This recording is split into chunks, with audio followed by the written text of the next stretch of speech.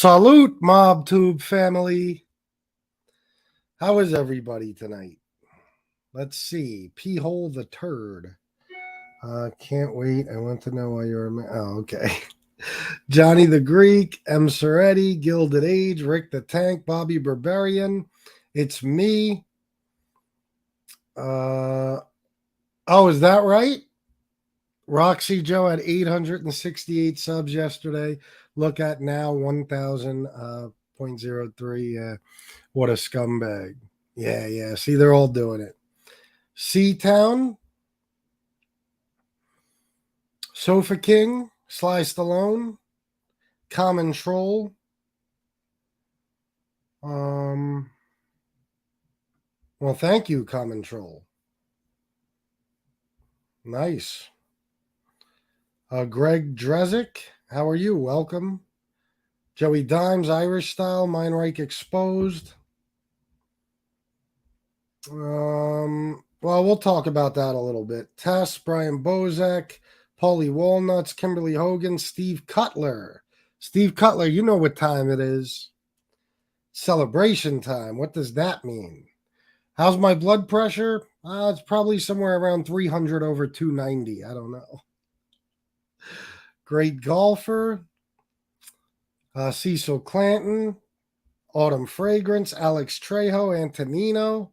Antonino, thank you earlier for the PayPal. I didn't see it until after the show ended. Yes, it is. Much better to have real subscribers. Jersey Girl 732, how are you? MRE Fertilizer Management. Richie. Choir Boys Cutlery Outdoors. Hello, I feel like I haven't seen you in a while. Welcome back. Ali, that's right. I took down one of the greatest scumbags of all time and put up one of the greatest athletes of all time. My personal favorite, Muhammad Ali. That's right.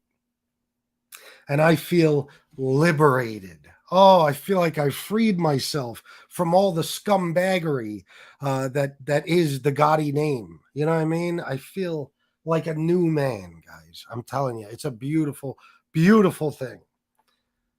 This is a celebration, bitches. You know how Rick James said it. And I'm very, very happy tonight. Randy West, what's up, bro? Tess, thank you. I finally did it. You know what? I was like, I don't know how the Ali picture is going to look, but it looks good.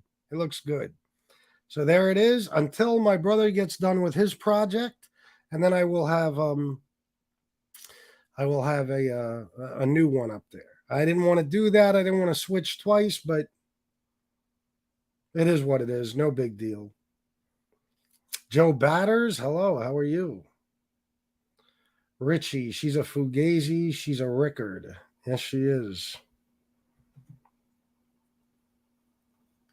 Well, Bobby, here's the thing. Scott McDonald gave us an idea. Oh, Steve Cutler. There it is. Sin compromiso. Yes. What was I going to say? Okay. Scott McDonald gave us an idea the other night to auction this. Okay. This off for charity. Auction it off for charity. And I think that's what we're going to be doing. Okay, so we'll figure it out, come up with a plan, and then we will have an auction show for the John Gotti picture. I'll sign it for you guys, whatever you want, and all the money will go to charity. We'll have it set up, hopefully, so that you guys can make the donations right to the charity, because I don't like handling other people's money. Well, I've had it, Beck Brooklyn. It was on that wall in front of me. And I tried to put it up a couple of times, but I didn't like the way it looked. But I worked on it before the show. I think it looks good. And the Gotti picture is gone. It is not going back up. No more of that.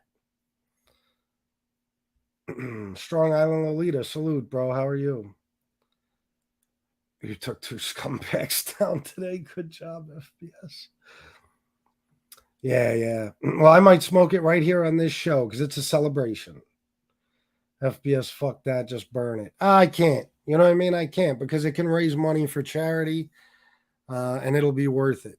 It'll be worth it. We'll make it so this scumbag of a man could accomplish something, you know, after his death. You know, he didn't accomplish much in life, so we'll make good use of him finally. Deadly 30, $5. Thank you very much. Thank you, thank you. I bid a half a buck. You should just send it to Angel. Now that would be funny. That would be funny. Maybe a charity against child abuse. Antonino, good idea. Good idea, considering what his daughter's up to. Great idea. Does the Witness Protection Program have a charity?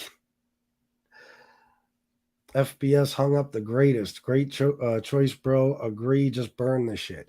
I considered it. I have a nice big fire pit out back by the pool. And I thought to myself, maybe, just maybe I should just do a show, have somebody film it, and I'll burn it. But like I said, after Scott McDonald's idea, I'm not going to pass up a chance to raise money for a charity.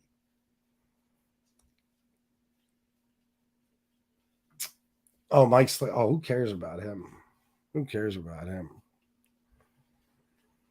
Welcome, Muhammad Ali. Float like a butterfly, sting like a bee. Like FBS leaves them stung. That's right. Put a mob figure as it is mob tube. Tony Ducks as or Tony Ducks or Carlo Gambino. Yeah, I don't know. I don't know. As of now, nah, no more mob guys for me. You know what I mean? I've had it. Listen, what I do is 100% related to all of the mob content stuff, the mob content creators. So it'll always be MobTube, and I'll always be the king of it. I just don't have to be into the mob myself. We can talk about it, we can discuss it, but I don't need pictures of these guys in my house. I should have never had a picture of him in my house. I'm ashamed of myself for ever having it there. I'm ashamed of myself for having it always in one place or another. And never again. Never again.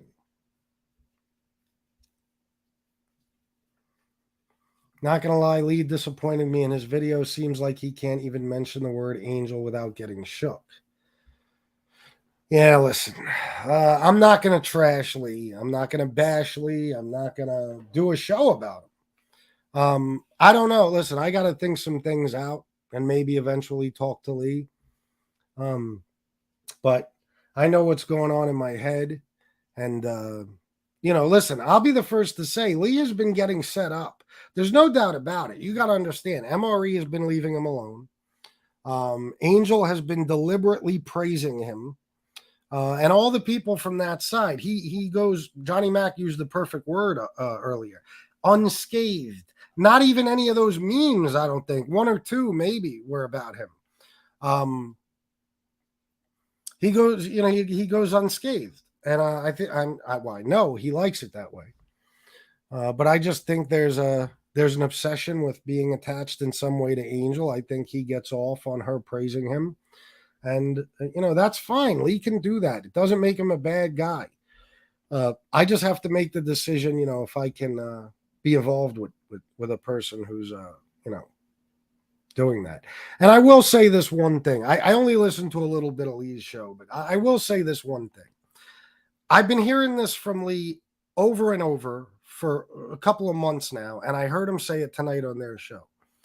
We don't do drama. We do mob content. I'll lose my partner. If I go after this one or that one, I'll lose my partner. He doesn't want any of this drama. But if somebody attacks one of them, they have no problem doing attack shows. It happens all the time. And probably, I'd say, I don't know, at least once a week or so.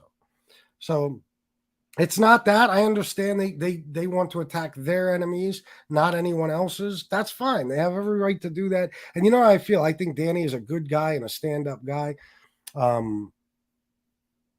Listen, a good person in general. He's reformed himself. He's a hardworking man. He's got a business, family man. You know what I mean? I like Danny a lot.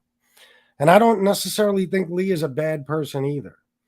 But I've dealt with enough of these people who, want to be friends with everyone, and I just can't have it in my life anymore.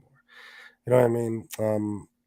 If Angel did a show bashing Lee tonight, they'd probably do 3 shows in a row bashing Angel. At least one. At least one.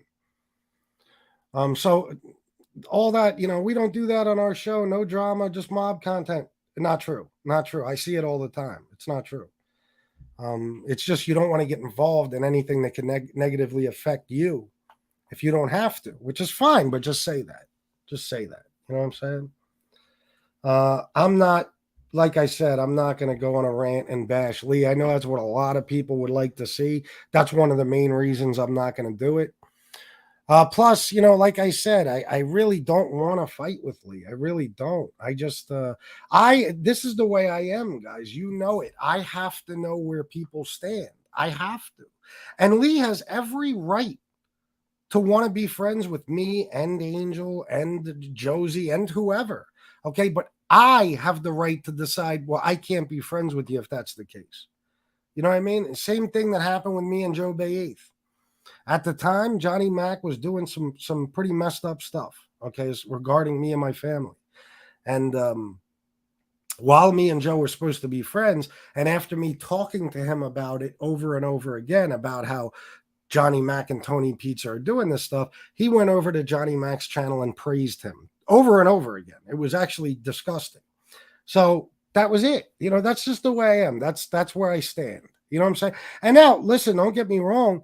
I won't hate you. I won't go after you.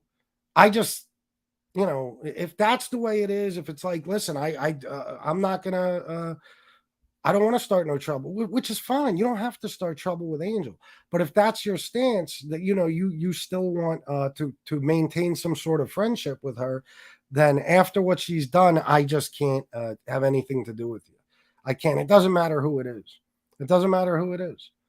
If Jimmy called me up tonight and said, hey, look, me and Angel made up, we're friends now, I would say, well, then me and you have an issue. If anybody did, it doesn't matter. That's just the way I am. If that seems fucked up or like I'm trying to control people, fine, but I'm not. I'm telling everybody, do whatever you want, but I have the right to do the same. I have the right to do the same. So, that's that. I think you should sign it and give it to Angel.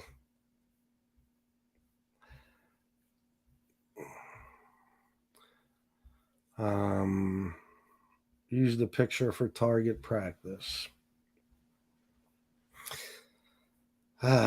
Maybe somebody will. Maybe the person, the next owner will. They're trying to chum up to Lee. It's obvious what they're doing. He shouldn't fall for it. Well, that's the thing, okay? What Danny said on the show today is true.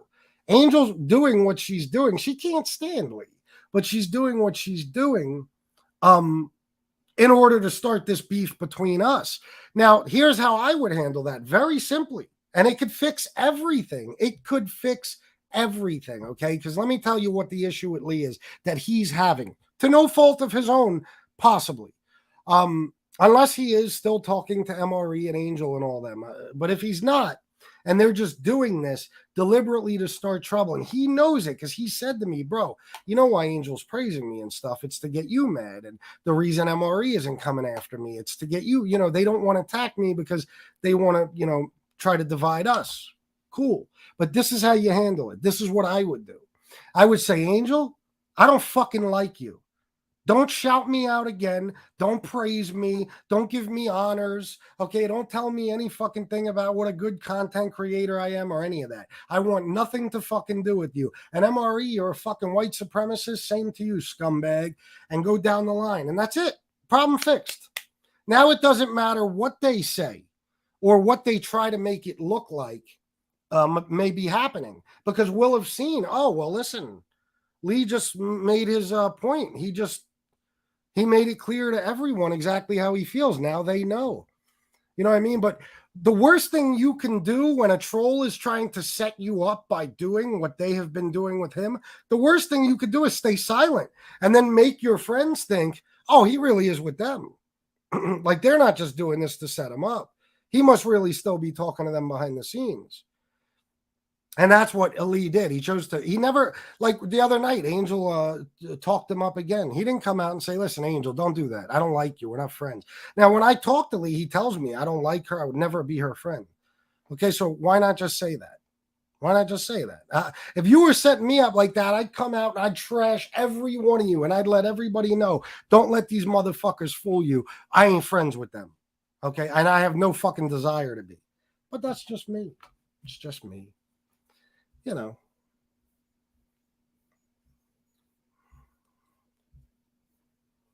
Of course, Danny, you're a good dude, bro. Don't get me wrong, man. Don't ever think, that I feel any other way about it. I have a lot of respect for you. I just, I'm having an issue with your partner. You're either with us or against us, period. It's got to be that way. It's got to be that way. I cannot be in a situation where I think every time you call me, you might be recording me to take it back to them. I can't be in a situation where I think you're asking me certain questions so you can get information for them. I'm not saying Lee would do that. I'm just saying, if you're friends with them too, this just doesn't work. I can't, you know what I'm saying? I can't, I don't need that kind of fucking paranoia and shit in my life. I just don't.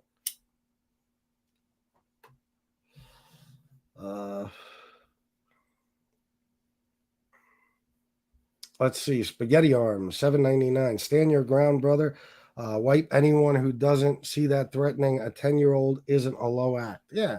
I mean, it's too much. Becomes too much.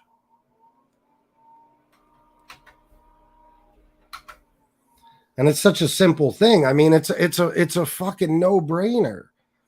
Like, that's an easy one. Somebody threatens a child, you come out against them. That's it. You don't have to do it for me. Don't be petty and say, oh, I would, but you didn't stand up for me against A-Light. No, bro. There's right and there's wrong. There's right. That's like with MRE. Don't turn on MRE because, for my sake, turn on MRE because he's a white supremacist. And Lee, don't attack Angel to defend me. Attack Angel for putting up a death threat to a 10-year-old child. I mean, it's a no-brainer. It's so easy, this one. I don't. It's amazing somebody could fuck it up. I don't know. Picture looks way better. Thank you. Yeah, I like it much more.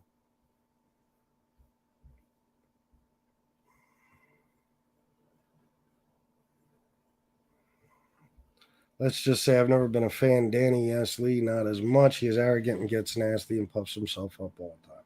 I don't know. Listen, in defense of Lee, you don't have much of a choice on here. You know what I mean? It's the same thing with me. They play my old videos and they're like, look how humble and quiet and, how different he was. Well, listen, what the fuck do you think made me different?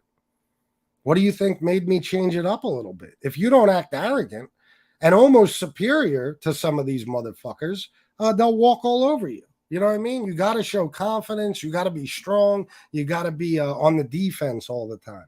So I understand that a little bit about Lee. Lee's been attacked too. Yeah, it does, Steve. It absolutely does.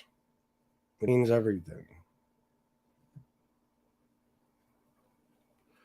Are you singing Michael Jackson in here, MRE Fertilizer Management? Tom Sheehy, what's up, buddy?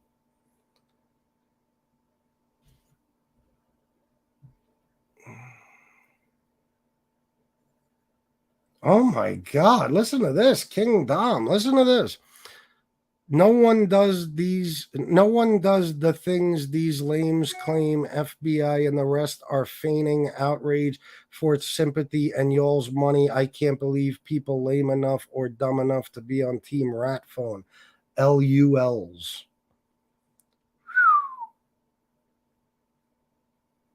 You and NB went to the same high school, didn't you? My God. Talk about poorly written. Not on. Yeah, we're feigning outrage. Yeah, we're faking it, right? We're faking outrage. You're right. No, who would actually be upset about a 10-year-old's life being threatened? Their 10-year-old's life being threatened. I know, right? It's got to be fake outrage. It's all for money. Yeah, okay. Guys, listen. My subs support me. I don't need all this. Oh, he does it for money. I don't need to do anything for money. They support me. They fucking they donate and stuff, regardless of what I'm doing. Whether it's a mob show, whether it's this shit, I don't need to fake anything. Okay. And no, if you're stupid enough to think that a step parent is faking outrage at his 10-year-old stepson's life being threatened, then you are a sick bastard, bro. Sick. Because anybody who loves their kids or stepkids would be legitimately outraged, as am I. My God, these people. Jane Creek, awesome picture, FBS. Ali represents athletic excellence, perseverance, and the fight for civil rights. That's right, he does. Absolutely. And you know what they'll say? Watch, I already know the haters. They'll be like, oh, so you put a draft dodger up. So is John Gotti. How about that? FBS, that Lee thing was a trip. Wow. Listen, I didn't enjoy that. I didn't want to come on here and fight with Lee. This stuff has been brewing. Let me tell you, me and Lee have had a couple of conversations lately.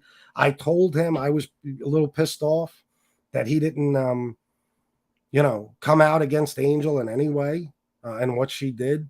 And then he, of course, mentioned to me, well, you didn't say anything about daylight thing. So I knew that's what it was all about. But again, bro, it's not the time to be spiteful. You know what I mean?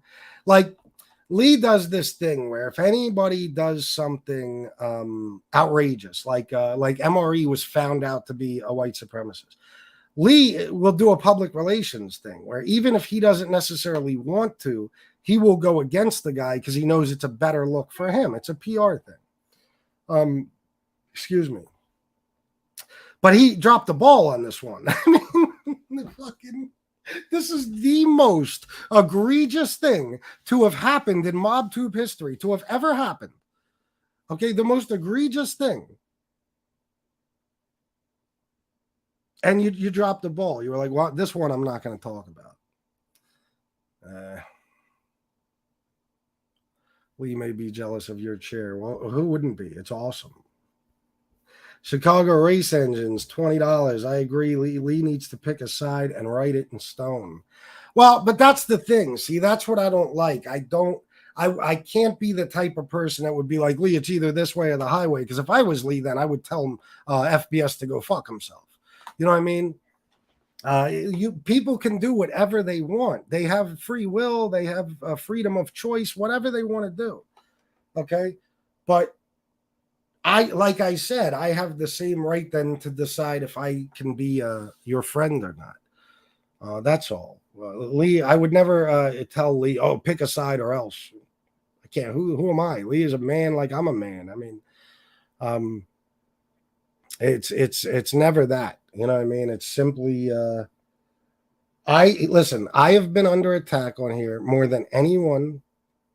Way more than Lee or anyone else, okay? Because it isn't just me, it's my family as well.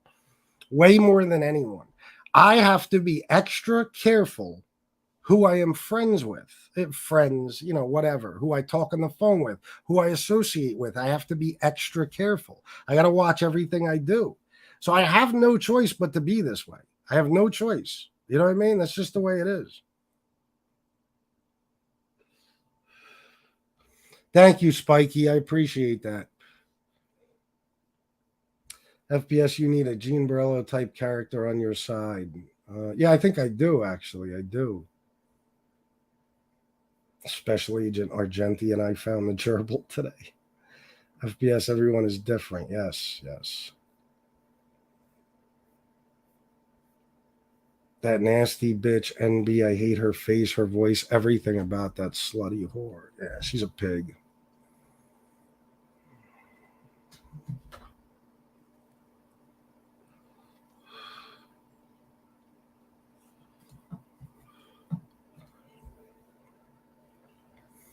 Yeah, bro, I think so too. A new day, new man, my new way. What's the deal with Kane Shade trying to go on Lee's show? What was that about? Oh, to talk about me and to defend Angel. Simple as that. I saw somebody sent me, he made a comment in the chat. Angel's not the one to blame. Kane Shades, this is why I say, bro, you're the one they should call the helmet. How is she not? King Shades, you can come on here right now, bro. Right now. Somebody let him know. He can come on right now. We don't have to fight or argue. I just want to know how Angel is not to blame. Because let me explain the timeline to you.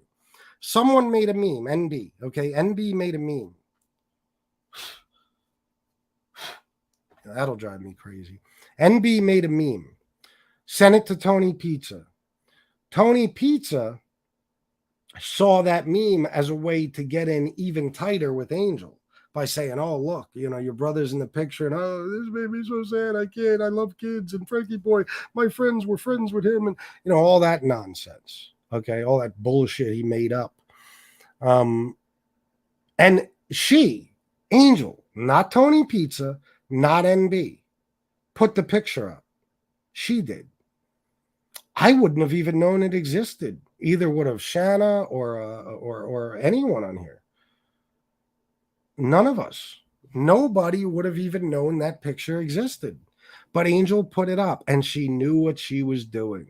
She put it up, not nearly as much that it had Frankie Boy in it, not because of that necessarily, but because it had Braden in it. Okay, that's why she put it up. Because everything is an opportunity to take a shot at FBS. You know what I'm saying? Or do something to piss me off. She knew what she was doing. She's stupid, but she's not that stupid. Please don't hate me. I love you, FBS. Stop attacking me for being Jesus.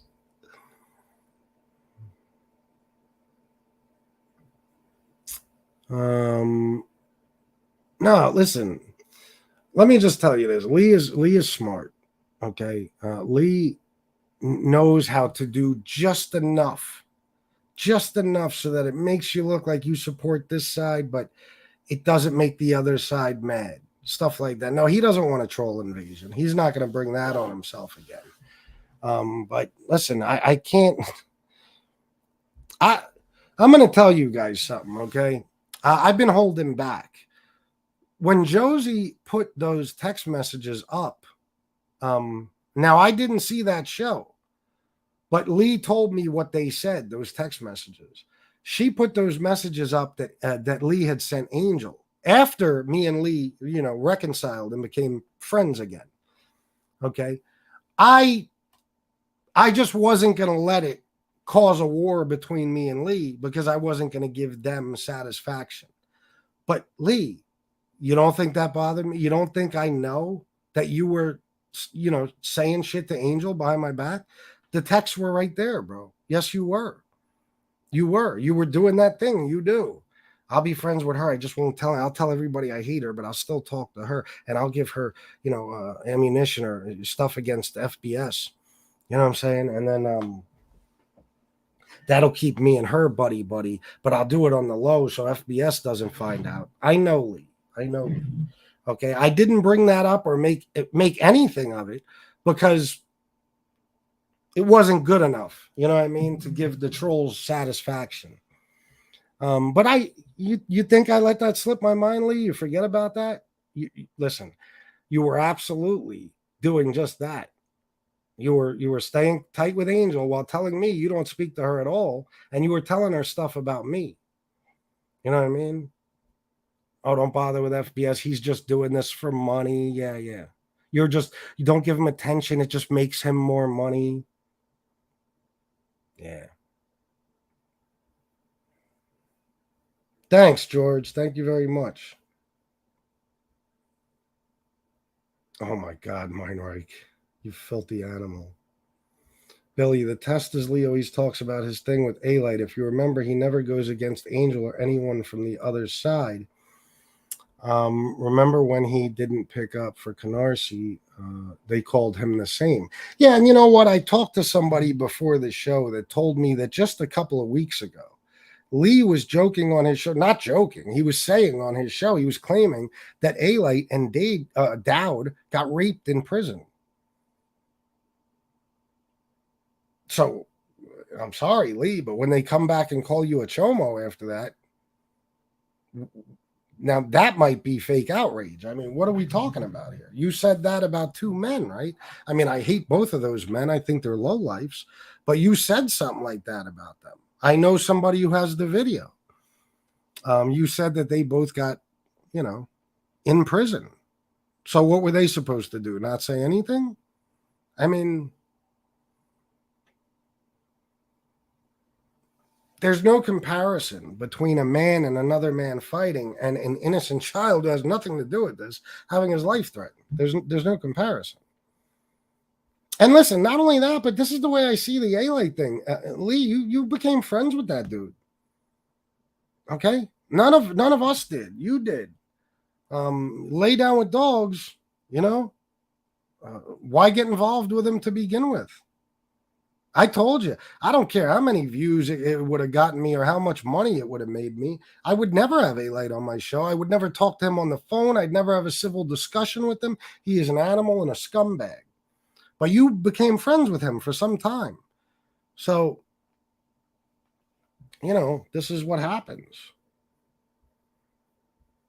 You and Lee can get over this. Look at Nikki Blades not having 100% his back, talking about him having God on his side. Me, I tell you, God's behind me. Go get them. I got your back. Thank you, bro. Yeah, I know. Yeah, she put that meme up. She sure in the hell is responsible. Yeah, of course. That's why, Kane Shades, feel free to jump on, bro. I'll drop you the link. You wanted to go on Lee's show, come on this show. Tell me exactly how Angel is not responsible. Okay? Here's your big opportunity to simp for Angel again.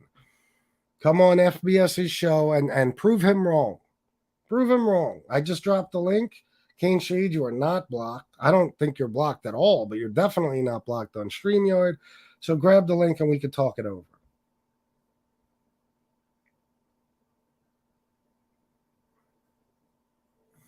Her exact words before she put up the meme. Wait, FBS, here's another one for you. Yeah. See? She did that on purpose. She knew that was a death threat on my stepson. But she didn't care. She was going to use that. I told you guys. Any decent human beings out there, I don't have to convince you what she's all about after she did that. If you were on the fence before, it's like, okay. It's just two adults going back and forth. No. Nah, bro. Only one side did that, and only one person. Can you believe it? Look at all the people who never did that. Oh, my God. Some of the worst people on here never stooped that low, but Angel is the worst of the worst. Worse than Tony Pizza, worse than NB. You know why?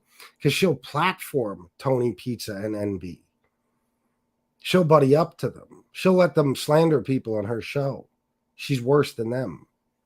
Okay?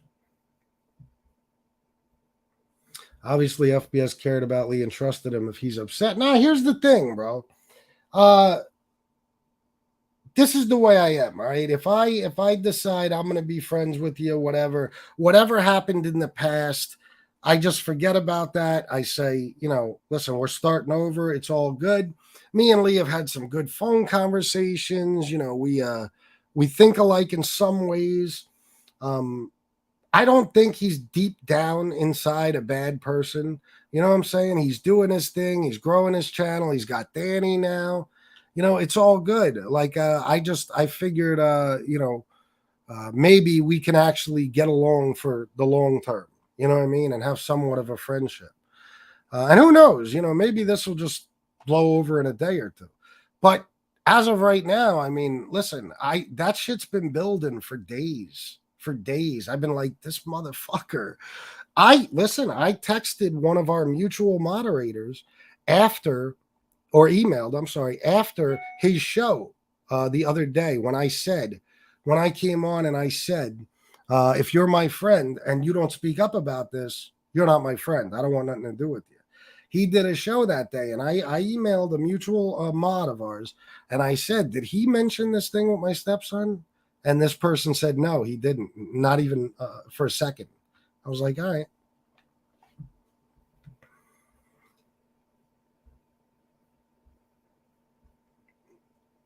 What is? I'm not sure. Giacobi and Selmo.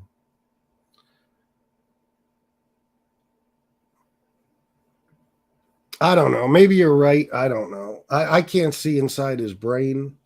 I just, like I said, I don't want to make this a show about bashing him. I'm not to that point with Lee where I feel like, that needs to happen. I don't see any reason for us to go to war with each other. I just, listen, I'm not fucking around when I say I can do this all by myself. I'm one person on here who needs nobody else. Nobody. If every single person turned against me tomorrow, except for the subs, I could do this all by myself. Oh, shit. I could do this all by, let me try again, Gunsmoke. I could do this all by myself. It wouldn't matter. And I'd be just as successful and I'd make just as much money. I don't need anyone. I don't. It just doesn't matter to me. So going to war with somebody, it really isn't a big deal. I don't care. I'd rather not. But because I am in the position where I don't need anyone, and I wouldn't allow myself to be in any other position, I'm going to pick and choose my friends carefully. Who am I? Nobody. Should Lee be worried about whether I want to be his friend? No. Who the fuck am I? Lee will do his own thing. He'll be fine. He's got Danny. He'll be good. He ain't going to lose anything from us not being friends or something. No, I'm just saying I have to decide for myself who I want around me and who I don't. That's all.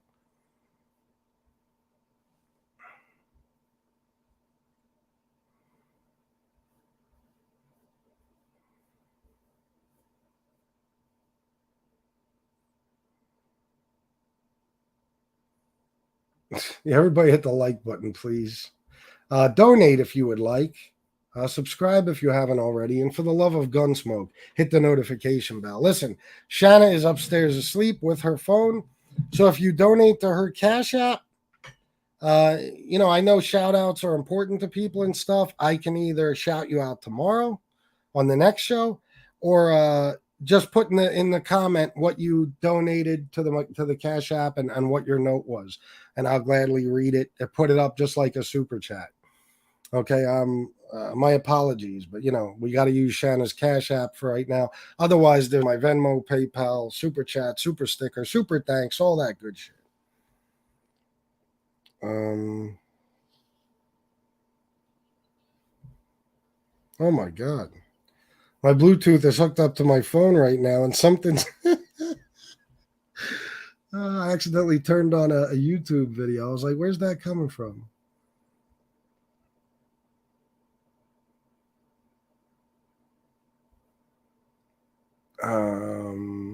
Well, that's your opinion, Chris, but you're you and I'm me, and I get to make decisions for myself. You think I should chill out? I think not so much. Okay? So you can't tell me how to think, Chiss. I don't tell you how to think.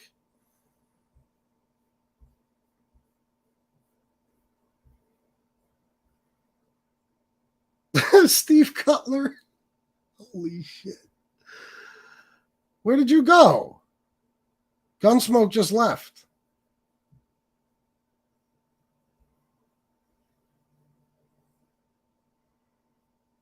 War. That's one way to say it, war. Thanks, bro. Oh, shit. I think, wait. Oh, Stankfoot Lauren. My feet smell like cheese. Yeah. The fucking sweeping the cheese at my. What does he say, Sylvia? Oh my God, my memory. I love fucking cheese at my feet. I stick motherfucking provolone in my socks at night so it smells like your sister's crotch in the morning. He says, he's sweeping the cheese. Silvio. Oh, that's a classic. Lee abuses Gunsmoke on almost every stream. Well, that's why I said to Lee earlier, he's a ball breaker. He is. You know what I mean? But listen, he helps Gunsmoke out a lot too. Listen, I'm not gonna. I told you I won't bash Lee. I'm disappointed. That's all. Jane Creek, I wouldn't be too hard on Lee. FBS, he without a doubt supports you and is disgusted with what is going on. Angel is vindictive and knows all kind of goons through her family. I would be careful as well. Wait a minute. Jane Creek. Are you telling me? I'm just asking. Are you telling me I should be worried about something happening to me because Angel knows all types of goons through her family? I just want to please tell me. I'd appreciate it. Don't smoke that. Don't. What's up, bro?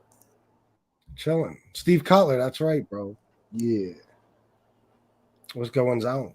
Nothing, man. I was gonna call in earlier with a different avatar and a different name and act like I was Kane Shades and be like, don't you have to be in like a gang set to be like, posting pictures of somebody's kid or something, That's why I don't believe it, man. Don't you have to be in like a gang set or something? I don't know. Dude. Do that one. Do that impression. Do it. Listen, dude. You're taking it out of context, dude. We spoke about this, dude. Well, Dude. we did though. He's right. We did. You know what I mean? And but today though was just like, listen. I when I said to Lee I was being patient, it's because I was waiting. Like, all right, maybe now he'll come out since he's on the show because he says he don't like doing it on his show. Well, Yeah. do it on mine. That's what my show is for, venting about scumbags. And he didn't say anything. And then, so that's why I was finally like, well, I got to ask you what, oh, look at you. I got to ask you, what do you think about the Angel thing? And he said one word, disgusting. Yeah. So I'm like, I don't know. You But could have been a little more forceful with it. Yeah. But I don't know. Go on before I say something stupid. No, you could say whatever you want, bro. I don't even know what I'm going to say, but I don't think, there's no reason to bash Lee or, you know what I mean? Anything. No, like no, that. of course not. No, I'm not here to do that. No, I'm just expressing my opinions about the situation. You know what I mean? Yeah. I forgot what the hell I was going to say now, but look, just go on. Fuck it. I'm having a brain fart now. I got on the stage and now I'm fucking up. It's all good. It'll come to you. Let me read this. FBS is a dangerous man to cross. He's a lone wolf, and nobody but the wall needs to have his back. Although he's okay with people having his back, he's also okay without anyone having his back. Yeah, because most of this time, that's how I've done it. That's how I started this, all by myself. So I'm not concerned about, listen, whoever doesn't want to be my friend or doesn't support me in any way, that's cool. I'm not mad at you. Let's go our separate ways.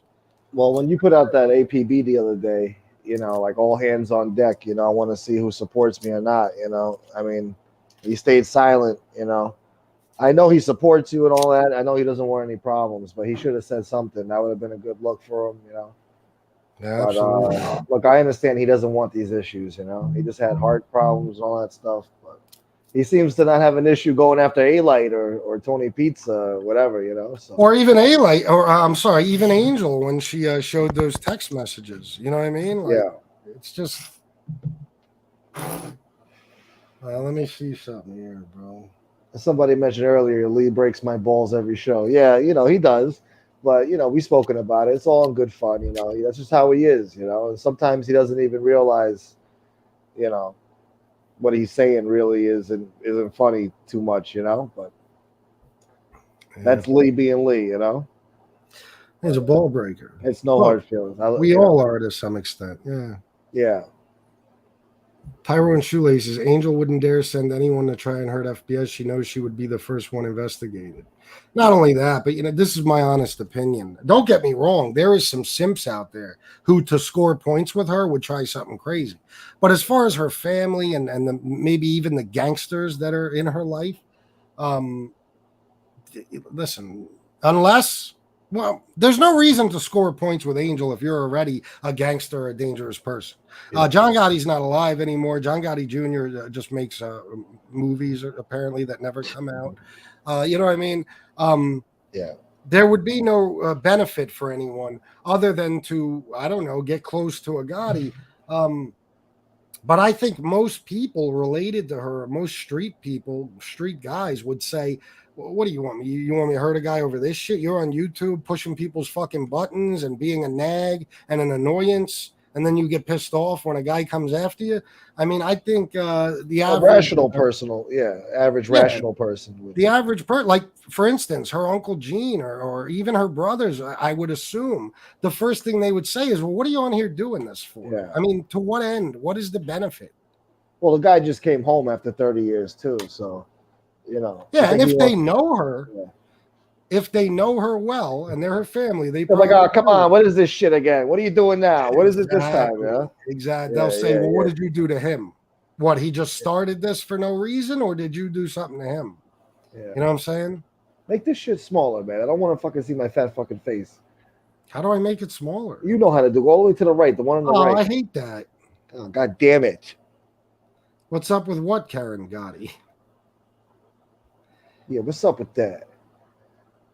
Angel's freaking out saying, "Where's my father?" at FBS's wall.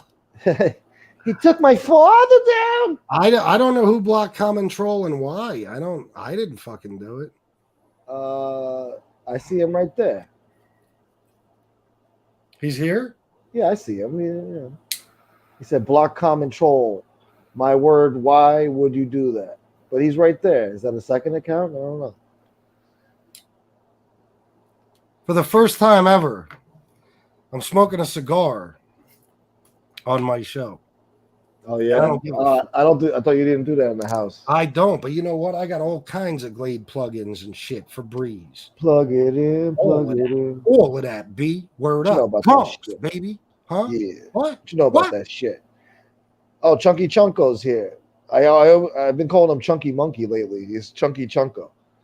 Yeah, Chunky Chunko, you're right, bro. He's a scumbag, man. And this is a guy who said many times he only does that to get at me. Like Johnny Mac put a video up on his channel of Pizza saying, from back in the day, well, a while back, that FBS beat me at this. He's smarter than me. He's better at this. So I got to go at his wife. I mean, that's his formula. You know what I'm saying? Yeah. He's a coward. This tastes like shit, by the way.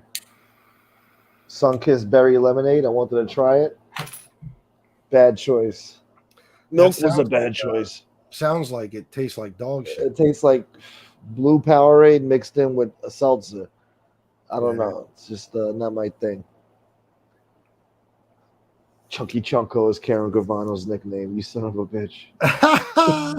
Is that the great Cassius Clay? Yes, it is, John. Yeah, absolutely. Cassius Clay. I call him Cassius Clay. Let's see. Joe needs to quit pussyfooting around. I get it, Stankfoot Lauren. I get the joke. Yeah. No pun intended. This is good stuff right here, Gunsmoke. What? Oh, the Sin Compromiso? Yeah, bro. Yeah. You gotta try one. Fucking goddamn camera. I look like an asshole. Gunsmoke was supposed to be at my house in May. I just want to remind in May? Has it been that long? Oh, that was your word. In May, late May, when it's warmer out. I thought it was June. Oh, then it was the first week of June. Then it was the end of June. Then it was July. And you gotta wait till I get my money right, and then I can it'll go be out August, motherfucker, in an hour and 13 minutes. An hour and 13 minutes. Well, it's a shit life. What do you want me to do? All right, I can't be taking trips right now. My fucking back is killing me. I can't even do this fucking show right now. My fucking back is killing me. There's always a reason. No, I'm telling you, man. All fucking week with this back. What'd you do that your back hurts? I don't know, man. It's been fucking killing me, bro. My lower back. I pulled a muscle or some shit. When I really be forceful with it and rub it, it feels better for a minute, but I need one of those crazy back rubs, those chiropractors, Yeah. Somebody said when they crack your bones, it isn't good, but I don't know. It's just cartilage, right? It's not good, actually. No? That's what I always heard. Well, did I get some Scott? They throw me a few dollars, guys, because listen. Yeah. This is the last day of the month. Okay, Yeah. so whatever me and Gunsmoke make tonight, that's it for our paycheck for next month, and the cash donations are good too. You want to throw me a few dollars through PayPal, Venmo, Super Chat, Super Sticker, whatever you'd like. But I only need some money right away Because how am I going to eat a $60 steak dinner tomorrow if you And fucking lobster. people don't throw me some money? I can't. I'll be eating like a regular homeless scumbag, and I can't have that because I'm Tony. I was on Netflix. You guys expect me to eat like the average Joe? No, not Tony. No, not over here. For a whole 6 minutes, he was on that fucking show. And he sucks on the lobster. He doesn't chew it. He just sucks On and which swallows. On the fucking Netflix. He was on there for a whole 6 minutes. What Oh the fuck? yeah. That fucking show. Yeah, that Yeah. was a good show, but Tony didn't contribute to it. Yeah. Oh, what a fucking embarrassment. But anyway, I like your thumbnail and I like your little banner on the right corner or whatever Oh, you your like that? logo. Yeah, I like Nobody your mentioned logo. that. Yeah, I don't know. They're sleeping on it. I don't know. I Nobody noticed mentioned my new logo. it. Yeah. As soon as I came in the chat, I noticed it. I was like, that's funny. That's great. You should do that every day. Keep that up there every day. Joe Bad is. I think Yeah, I oh, think Joe you should. Batter is coming true. I'm smoking a Presidente Maduro Padron. Ducking great cigar. Try it out. I think you meant fucking great cigar. Try it out. But I will. I'll remember these names because I'm always looking for cigars. I can't just keep smoking Sin Compromisos. Well, he's smoking better than you right now, buddy. I think I only have 4 left anyway, and I'm not spending another $200 on a box of 12. That's I've had crazy. it. Yeah. That is crazy. It's nuts. This is the second. Well, there's the first full box I bought, but the time I went before that, I bought 10 of them. Yeah. You know what I mean? At about $19 a piece. So I will, Beck Brooklyn. Thank you. And thank you again, Joe Batters, for that super chat. Yeah. Oh, shit. Oh, somebody sent me a cash app. Oh, Joe Batters. Wow. Goddamn. Yippity. Thank you, sir. Thank you very much. What the hell happened? What'd you get? I got a friggin' cash app. None of your business, pal. See that? Joe Batters, right? How did you know? What are you friggin' I know my Joe mind? Batters. I know. Yeah. Joe Batters has a thing. He's a gentleman. If you're on my show, no. Actually, he donates no matter what. I think even if I'm not on your show, even if I'm just watching. I love the guy, man. The guy's great, man. He's a gentleman, bro. He's awesome. Yeah. Absolutely. Thank you, St. Amy Thank of you, NYC. I think NB is behind those memes. Good show, FBS, Gunsmoke. Yeah. You go to Don Pep's today, eat like a kid. Oh, shit. I was supposed to go to Don Pep's today. I totally forgot about it, bro. I'm sorry. Predicted it. Me and Shauna talked about it yesterday. In September. Think Gunsmoke is going tomorrow night? No. I was supposed to get the info from you. I was supposed to get his info and talk to him. Or whatever. Set up the plans. Listen. Look at you smoking like you Suge Knight and shit. It's as easy as could be, bro. All you gotta do is hit me up. Hey, what's I know. I forgot, bro. I should have done it right after that show. I should have, but yeah. And then my fucking back going all the way over there. You know, I'm gonna be fucking moping around. See, I told him he is not an American. He is an American. I am an American. He is an American. God damn it. He's a can't do guy. He's a can't do guy. Gunsmoke, why don't you do this? No, I can't. Why not? My back, or it's not a full moon tonight, or it's gonna drizzle, or full moons are never good to go outside at night. Bitch. Stay out of the dark alleys at night, fellas. Steve Cutler, trust me, FBS, once you smoke a Sin Compromiso, there's no going back to cheap cigars. Oh, I know, because I've tried to smoke a couple of cheap ones since, and it's just not the same. Sin Compromiso is a masterpiece. And Blue Water, yeah, you could email me. What you know about that Blue Water? I hate that. I used to hate that Cool Water back in the day. I know some people like that. Wait, oh, yeah, Cool Water Cologne? Yeah. I saw a bottle of that in the store the other day. I was about to buy it. Back in 96, my uncle used to wear that shit. I used to hate that shit. Why are they asking Blue Water if... Probably what I'm drinking. What did Blue Water do? Who's Blue Water? I don't know. This new person. What is he saying? They're asking him if he's a little stunad, if he's a goofy. Where is it? Let me scroll up. Yeah, I don't know. What did Blue Water do? Because I'm not seeing anything. I don't see this guy. You got John Adelight in here, though. He says, you took Gotti down, now put me up. Yeah, right. I could make that for you. have him holding a cookie puss in his hand. Huh? I don't know. I don't see this guy. That would be funny though if you had a like holding a cookie puss. What do you mean you don't see him? You just read his message. No, I read somebody else talking about him. Like, yo, are you retarded? Fuck. You made me say the damn thing. Yeah, don't say that. And PayPal from Tommy Agro. Thank you very much, bro. Thank you. Tommy $10. Agro's back in town lately. I see I that. appreciate you. Yes, he is. He was missing for a while. I thought he was, with the other side. It's good to see him. He asked for the email like 16 times. All right, then just block him. We don't need that spam shit. Yeah, we don't need that shit. Cool water cologne sucks. I want some Creed cologne. I don't know what it smells like, but I know it's expensive. So I hear you talking about that all the time. I want it, bro. I want it. I want some fucking Creed cologne. It's like How much supposed to be. it? It's like $400, $500 for a regular bottle. Yeah, that's a lot. Yeah, crazy. But it's supposed to be out of this world, huh? I don't wear cologne. Women like the natural fragrance of a man better. Yeah, musk. You know, I think there's a couple of wrenches I have to take away. Yeah? Well, how the fuck are you going to choose? Well, I'll tell you one thing I heard. Oh, no. Bandoleros are around $325 for 25. It's not too bad. You figure these are $200 for 12. Damn, yeah. Let me see. Ryan Morrison. Somebody told me that he was in the chat earlier saying that Angel is not to blame or something. She put it up on her channel, and then she like say, "This is your friend. I got something for you.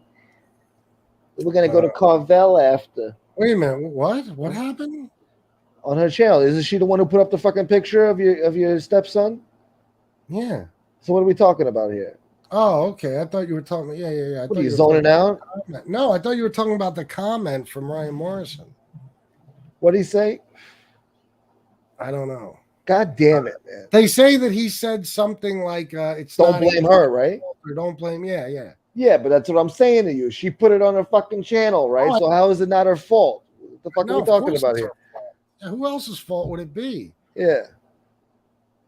I mean, really? I mean, who else would have seen it, you know? Maybe Tony Pizza would have put it up, but, you know. Yeah. Joe Batters, $4.99. The cigar I'm smoking ain't cheap, my friend. Oh, no, I don't think that's what Steve meant. I think he was saying that I can't go back to cheap cigars. In other words, you know. No, once you have the finer I don't think things he was in talking life. about you, Joe Batters.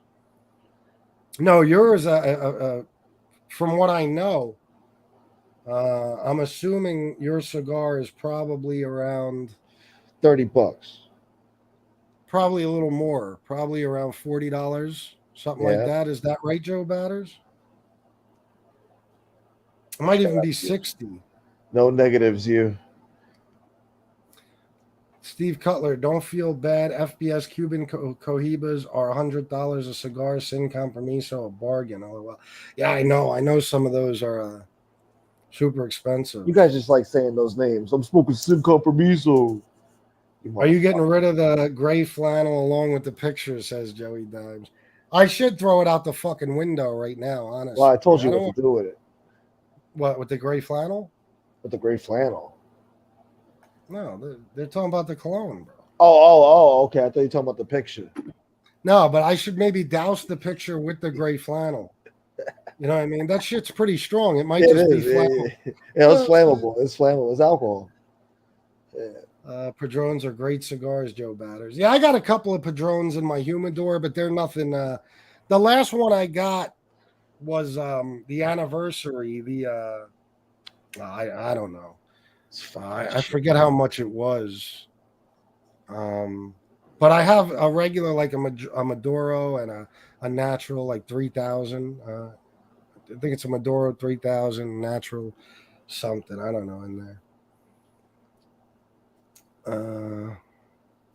So what do you think? How do we do this charity for the Gotti picture, bro? Shit, you're asking me? I don't know, man. I don't know. What do you do? A raffle or something? I don't know. How do you do that? Like in Godfather 3? When the guy's sitting on the car, they're going to give the car away, and he scratches the car. He said, "Yeah, this is what I think about your fucking Cadillac." You don't I don't remember? know. I kind of told Shanna I want her to take the lead on that, and she Yeah. was planning something yesterday as far as the charity, Ronald Okay. McDonald House. You know what I mean? Yeah. Karen Gotti said I'll sign it. No, we're good. Thanks, Karen. Ronald McDonald House? I don't know. You can't do like Boys and Girls Club or something? I mean, I would have done St. Jude's. oh, even better. Yeah. That's my thing. But mine's about $40 after I stuff it with a herb. Kane Shades is a Gotti fanatic. He gives out John Gotti pennies, shyster. Yeah. Isn't he walking around handing out flyers? Like, don't you have to be in a gang to hand out We Push Back flyers or Here's a something clown. like that? You know? Yeah, that's what I got then, Steve Cutler. Yeah. Because that's what it was. It was about, I want to say $23, $24, something like that. Yeah, but I'll tell you the truth. I didn't like it. I didn't even finish the whole fucking thing. I didn't like it. Yeah. I hate this fucking Zoom shit. Yeah, no need to block Karen Gotti. So full of my mate. Do an auction, but once the winner shows a donation receipt for that amount, you send them the pic. That's probably what we'll do, something like that. Who's going to do the auction? Then we have a guy who did good auctions. You talk all quick and shit. Who was that guy? There was a guy. We had a guy. He did that shit. He was good at it. Not sure. St. Jude, yeah, the most worthy, absolutely. 245 people. Everybody, please hit the like button. Throw large sums of money at me in Gunsmoke. It is the last day of the month. It's very important. This guy, hit the notification bell after you subscribe if you haven't already. Get on your knees and pray. It's a good cigar FBS, but not as good as Sin Compromiso. Yeah, I didn't think so. There's something about these cigars and that spice they have to them, and I love them. Yeah, well. Gunsmoke can do the auctioneer. I don't know. I'll get tongue-tied. I get tongue-tied easy. But it's quick. Do I hear 50-100, 50-100, going once, going twice, 50-100 over there, 50-100, 50-20, 50-20, 50-25, 20-25, do I hear 50-25, 50-25, 50-30, 50-30? See, I'm fucking up. Jesus.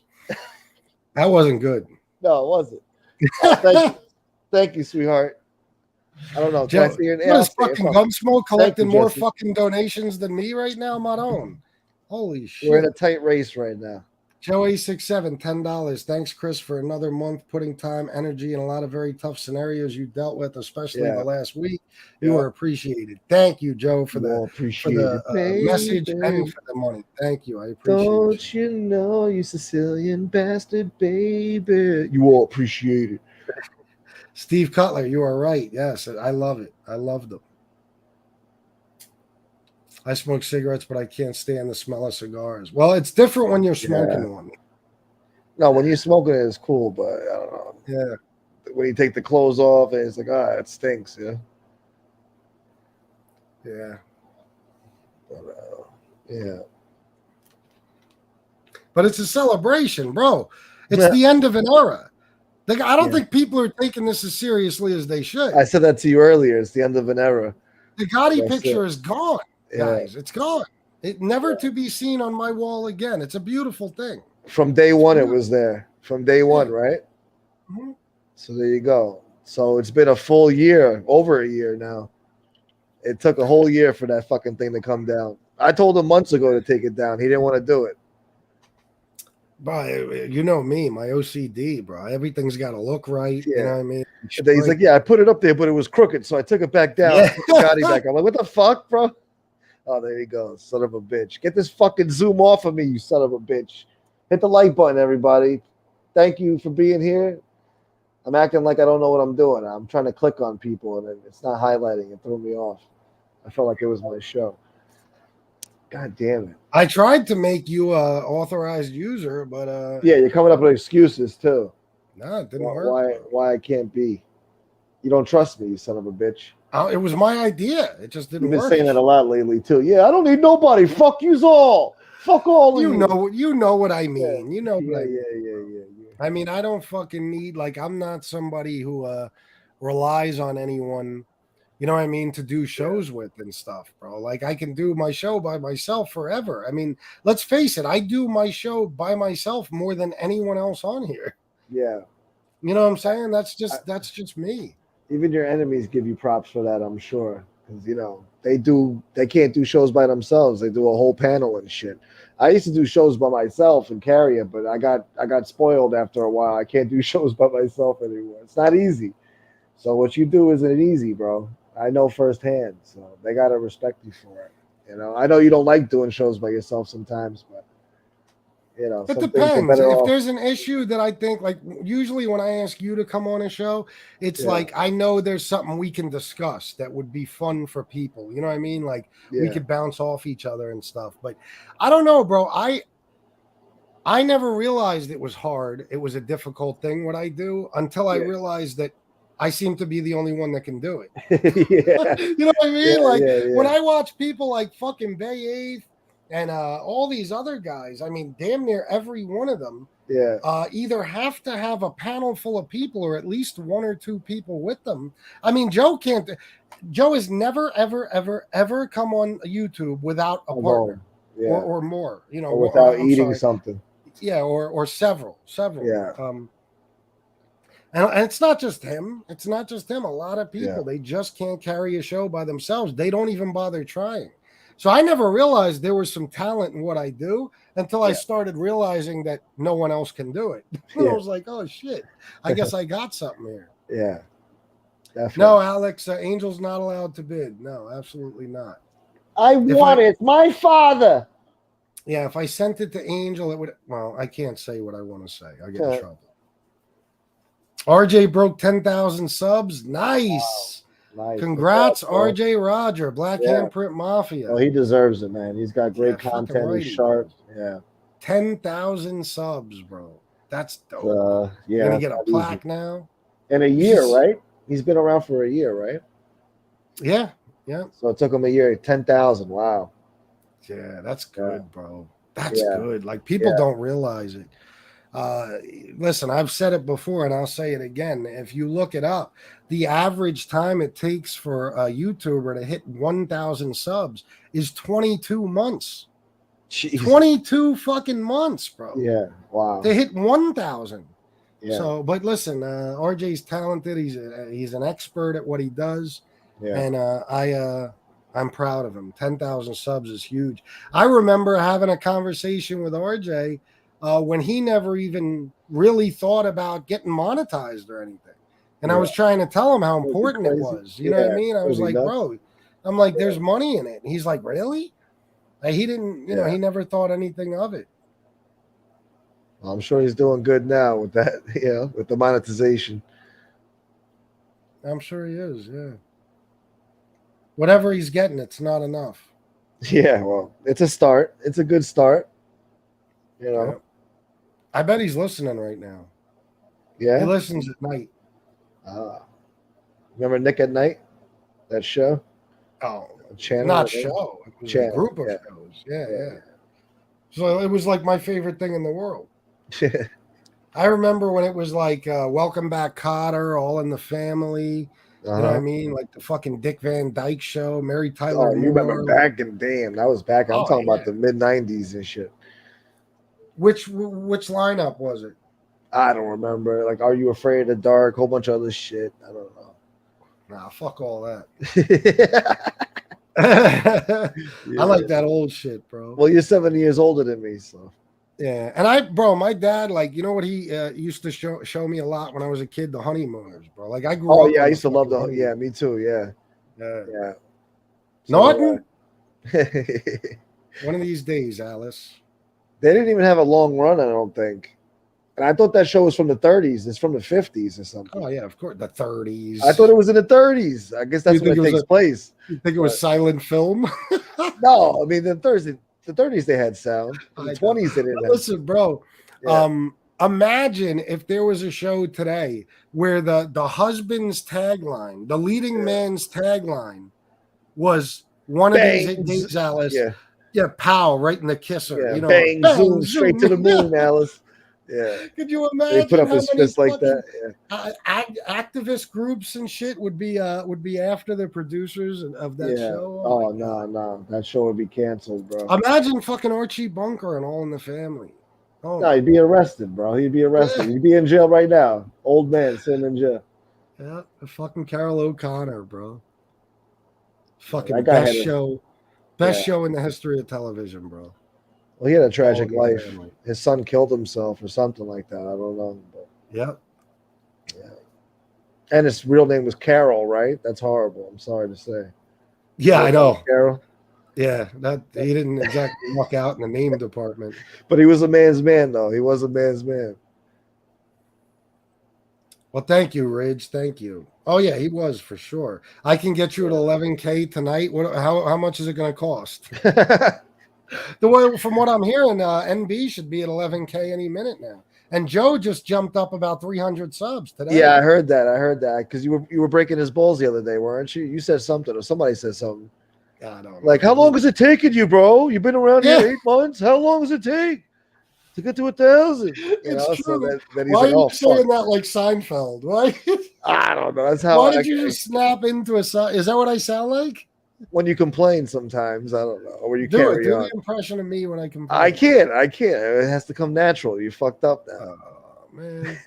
Yeah, FBS knows good TV. Yeah, bro. One of my favorites, though. I told you. Welcome back, Cotter. I loved it. Oh, the dude's here. All in the Family is my favorite sitcom of all fucking time. And then I would have Those to say were the days. Cheers, Night Court. Cheers. I used to fuck Cheers. Fuck Cheers. Yeah, fuck Cheers, bro. How Night Court dare was you. cool. I like the intro to Cheers, though. I like the intro to Cheers. And then I used to change the channel. Once I saw Rhea Perlman, I'm like, oh, fuck this. Yeah, well, not exactly a looker. Yeah. Honeymooners, 1 season, 39 episodes. Yeah, Right? It was just 1 season. That's crazy. That's all we watch. Yeah, I got you, Nadu. Oh, my fucking back. Nah, Martin Verzani. I'll try to remember sometime. I never think about it when I'm looking for fucking shit to watch. Oh no, bro, Ridge, no, hell no. Everything's censored and fucking. 21 Jump Street too. Yeah, I used to watch that. Ghost I never Rider. got into that. Ghost Rider used to suck, but I used to watch it anyway. Ghost Rider. Yeah, Ghost Rider was like some glowing orbs and shit. And they used to follow these kids around. These kids thought they were like detectives and shit, solving crime. And a fucking little glowing orb used to, I guess it was a ghost or some shit. I guess that's why they call it Ghost Rider. But yeah. Wasn't it you that told me you never saw Knight Rider? No, that wasn't me. I used to watch Knight Rider. And maybe it was Shanna then. Rin Tin Tin, K9 Cop. You remember K9 Cop? Rin Tin Tin? No. You don't remember that shit? No. You remember Zorro? All the other gangster shit? Nah. I still remember the first hip hop video I ever saw in my life was 1992, The Insane in the Membrane. Really? Yeah, I was jumping up and down this pull-out mattress, jumping up and down to the song. I remember the video playing. Oh my god. Insane. Here's Nadu. What's up, bro? Hey, what's up? How you doing, bro? buddy? How are you? Hey, Gunsmoke. Oh, here we go. What's up? Congratulations, buddy. Oh, thank you, my friend. Thank you. I like I don't know Gunsmoke. He's a funny guy. I like Gunsmoke. I try. You a little? I'm just asking, Jeff, because I get the feeling you a little tipsy tonight. No. Oh, really? Okay. Just fucking police officer. You seemed extra cheery. No, he's happy to be here. Well, the picture's down. How could I not be cheering? Yeah, right. Oh yeah, absolutely. I should be joined by everyone. This is a beautiful night. That picture's gone. Oh my god, it's like getting the handcuffs off. And your logo, I like the logo he's got up there. Well, I think it's super good, to be honest. The picture, it looks like that picture fits like in the back, perfect. Yeah, you think? Yeah, I do. I didn't realize that Gotti picture was so big. When you held it up close to you, I was like, "What the fuck?" It doesn't look that big. I've realized so much that There are so many people that care about your background. Bro, you don't know how many complaints I get about these two pictures. It's crazy. Oh, I'm sure. Yeah, I've heard people fuck with you about your pictures, Nadu. Oh, and I've heard like, why do you have those fucking, it's Jesus Christ, man. Bro, it's amazing, man. When you get a hater, bro, they fucking obsess over they can't just not like you.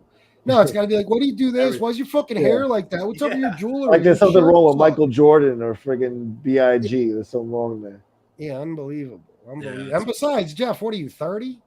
33, yeah. Yeah, there you go. I mean, what the fuck? You supposed to have the Mona Lisa behind you? I mean, Jesus Christ. Yeah, and it's like, I think people don't realize, like, I do, like, other content other than mob content. So it's like, I can't have, Vincent Gigante on my fucking wall, Yeah. I'm not tipsy, I promise.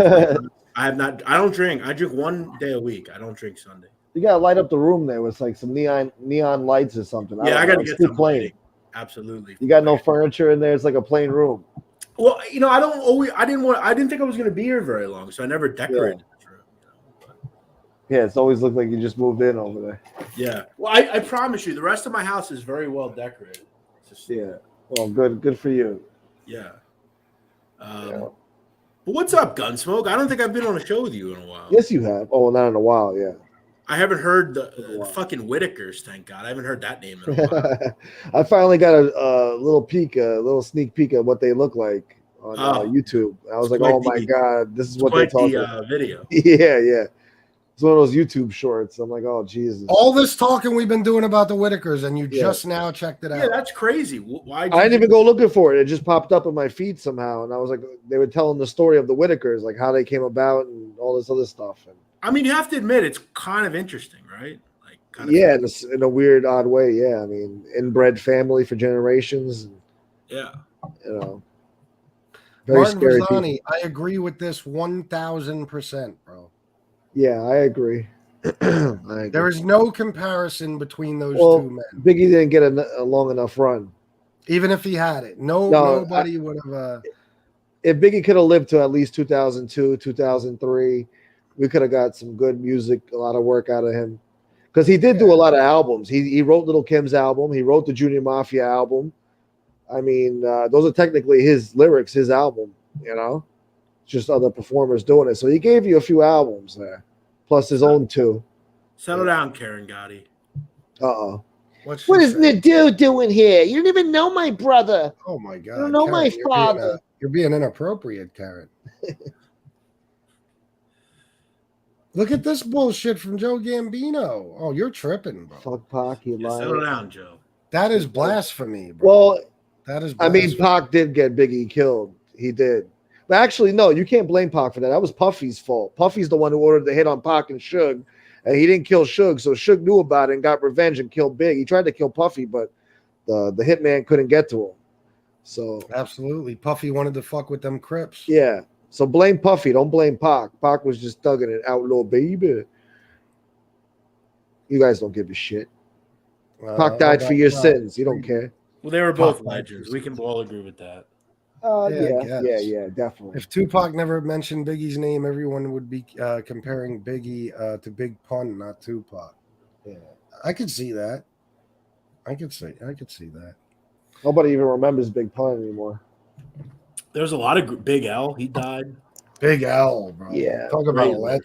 Digging in the crates. I'll tell you another guy, and I know he's a little newer, but he's my generation. I'm Gunsmoke. How old are you, Gunsmoke? You're a little older than me. I'm not. I'm a couple of years older than you. Don't worry about it. So, like when I was a kid, Mac Miller. Oh yeah. Fucking legend. I wasn't into him when he was alive, but then I heard his music after he died. I was like, oh, he's pretty good. Yeah. Mac Miller. Yeah, that's weird. I never heard anybody say when I was a kid Mac Miller was a legend. No, bro, listen to his music, man. He was like our soundtrack when I was younger, man. Yeah. Like 2008, 2009. Oh, 2008, really? 2009. I was listening to Lil Wayne and Styles P and Young Buck. Wow. Styles P and Beanie Siegel are my all-time favorites. Yeah. Oh, Beanie Siegel. Yeah, I used to have Beanie is Freeway, all those guys. I know I FBS hates diplomats, which is You blasphemy. hate Dipset? I don't hate them. I just think they're whack. But I agree with you on Beanie Nah, Siegel. Cameron. Cameron I'll is say whack. something crazy, Right. FBS. You're gonna think I'm nuts, but think about this. Cameron has had so much like what he's Catalog? given to culture, the Yeah. rap culture, like the way people dress and shit. Yeah, Yeah, that's we He was talked integral about to that. He had everybody yeah. wearing pink tees back in 2002. Everybody's wearing those big, oversized pink tees. Yeah. Not You me. heard that shit? Yeah. Yeah. But see, look at these fucking chats. This is how these chats fucking take shit and just run with it. What? When did I ever say I said in my generation, Mac Miller was a GOAT. Joe Gambino, how old are you? 50? I mean, cut it out. I mean, Well, my I generation, understand Pac it was- was big for me. Yeah, it was weird. I never heard anybody say because I don't even think of like Mac Miller. I don't know. I was a fucking grown ass man, so it's like DMX was huge Right. for you know what I me. mean. It's just that's why it was weird for me because Mac Miller had skills definitely, and it's Yeah. sad, you know, Yeah. his situation, what happened. Yeah. But the Dipset thing, listen, I just don't. I always thought they were whack. I think the best lyricist out of Dipset is Joel Santana. I think Jim Jones is a fucking cartoon character. I can't stand him. With the exception of the song "Ballin'," Yeah. he never had any fucking thing worth listening to. No, he had a Cameron- few good songs. He had to be Cameron was a attention. clown. I'll tell you why. Cameron, why I couldn't stand him. I hate fake people. He went from horse and carriage, that horse shit, to all of a sudden being a gangster rapper overnight. You know what I mean? It's like I don't know though. He had some. I mean, some of his discography is pretty Dark good. shit. You're right. He did Yeah. go from that kind of that goofy feel. It's true. That's true. he had a couple of club bangers when I first started DJing in clubs. Yeah. It was Oh Boy, and what was the other one? What Came means out the world to you? No, that shit. That was a banger, bro. With the sting. See, I'm thinking of like Down and Out, and like some of the Dipset shit he did. Oh, yeah, like yeah. Purple Haze. But see, Jim That was a Jones. great I'll say album. this one thing about Jim Jones. You don't remember that song FBS Summer with Miami? That was a great. Oh song. yeah. That was a great. Song. 2005. Yeah. Yeah. Bro, I don't think I've ever heard a Mac Miller song. I gotta be No. honest. Jim Jones, Summer Wow, of Miami. really? Oh, Jim Jones. Jim Yeah. Jones. Yeah, Jim Jones. Yeah. Summer of Miami. I'd Yeah. have to hear it. Hold on. I'm gonna put you guys With, on. You gotta that R&B play it, singer. bro. That's a great song, man. Yeah. Great, like driving down the highway song. You know. What I about won't play Max it on B? YouTube, but I'll. Yeah. Yeah, God forbid the fucking copyright shit. Yeah, I know. No, you can't. I You remember can threaten a I 10-year-old boy's life Yeah, on yeah. YouTube, but it's all good. or say But God racist forbid you things. play Yeah, a fucking copyrighted song. that's true. It's true. I'm That's so fucked. All right, I'm gonna put myself on mute for a minute. Yeah. But what else was I listening to back in the early 2000s? Mid 2000s, I was listening to Max B. See, I was Stack listening to a Bundles. lot of like Southern hip hop, like Lil Scrappy. Oh yeah, Little Scrappy. Me too. Yeah. Yeah. Ti. like, sure, Young Ti was Jeezy, in his prime. Yeah, Jeezy. even Rick Ross back then. When he first came out, before I knew he was a police officer CO, or yeah. CO, yeah, PO, yeah, whatever. Yeah. Uh, I mean, Rick had some. I mean, he had some bangers, man. oh yeah, Money, yeah, Man, yeah. that beat was. He's played out to me now. No, I don't like him at all. Yeah, now he's just like kind of corny. I feel like. Yeah. Who else? I don't know. I like the Coke Boys, French Montana Oh, yeah, and Change sure. Drugs. Yeah. Mobb Deep was a good one. Mobb Deep, yeah. Yeah, definitely. In the Yeah, I late remember 90s. Summer of Miami. Yeah, that was all right. That was Yeah. all right. I'll give Probably you the that. only good Jim Jones song ever. Yeah, what were you guys Yeah, he just had a talking few about? hits. We were talking about like Southern rap, like Yeah. trill shit, like Yeah. crunk music. Yeah, some of that shit's all right. I mean, that was shit Ludacris you were was good, playing in too. the clubs, FBS, like 2004, like Yeah. Ti and shit. That's Oh my when God, of course. Are you they kidding had me? all the club hits back then. Then you had what was it, Cassidy, and I got a name for you. Hey, Huh? Gunsmoke. Remember Clips? Oh of my course, God. yeah. When they Oh first my came out, God. 2002, that was Bro. a hit. That Yeah. was huge. What happened to that boy grinding, all that Absolutely. shit? Oh my That god, grinding beat was so simple, but it was like so like innovative for the time. Legendary beat. Yeah. bro, that beat, it was incredibly simple, but one of the dopest beats in hip hop history, and that song in general, bro. Just their flow, everything. Oh my god, bro. I was thinking about yesterday, like how music back then, like even R&B back then was like the songs are just like, you ever think of like Trey Songz when he first came out? Like Trey Songz had some like incredible music. Alicia Keys, like all them. That's when you still had like the last legs of R&B before it became this auto-tune weird shit.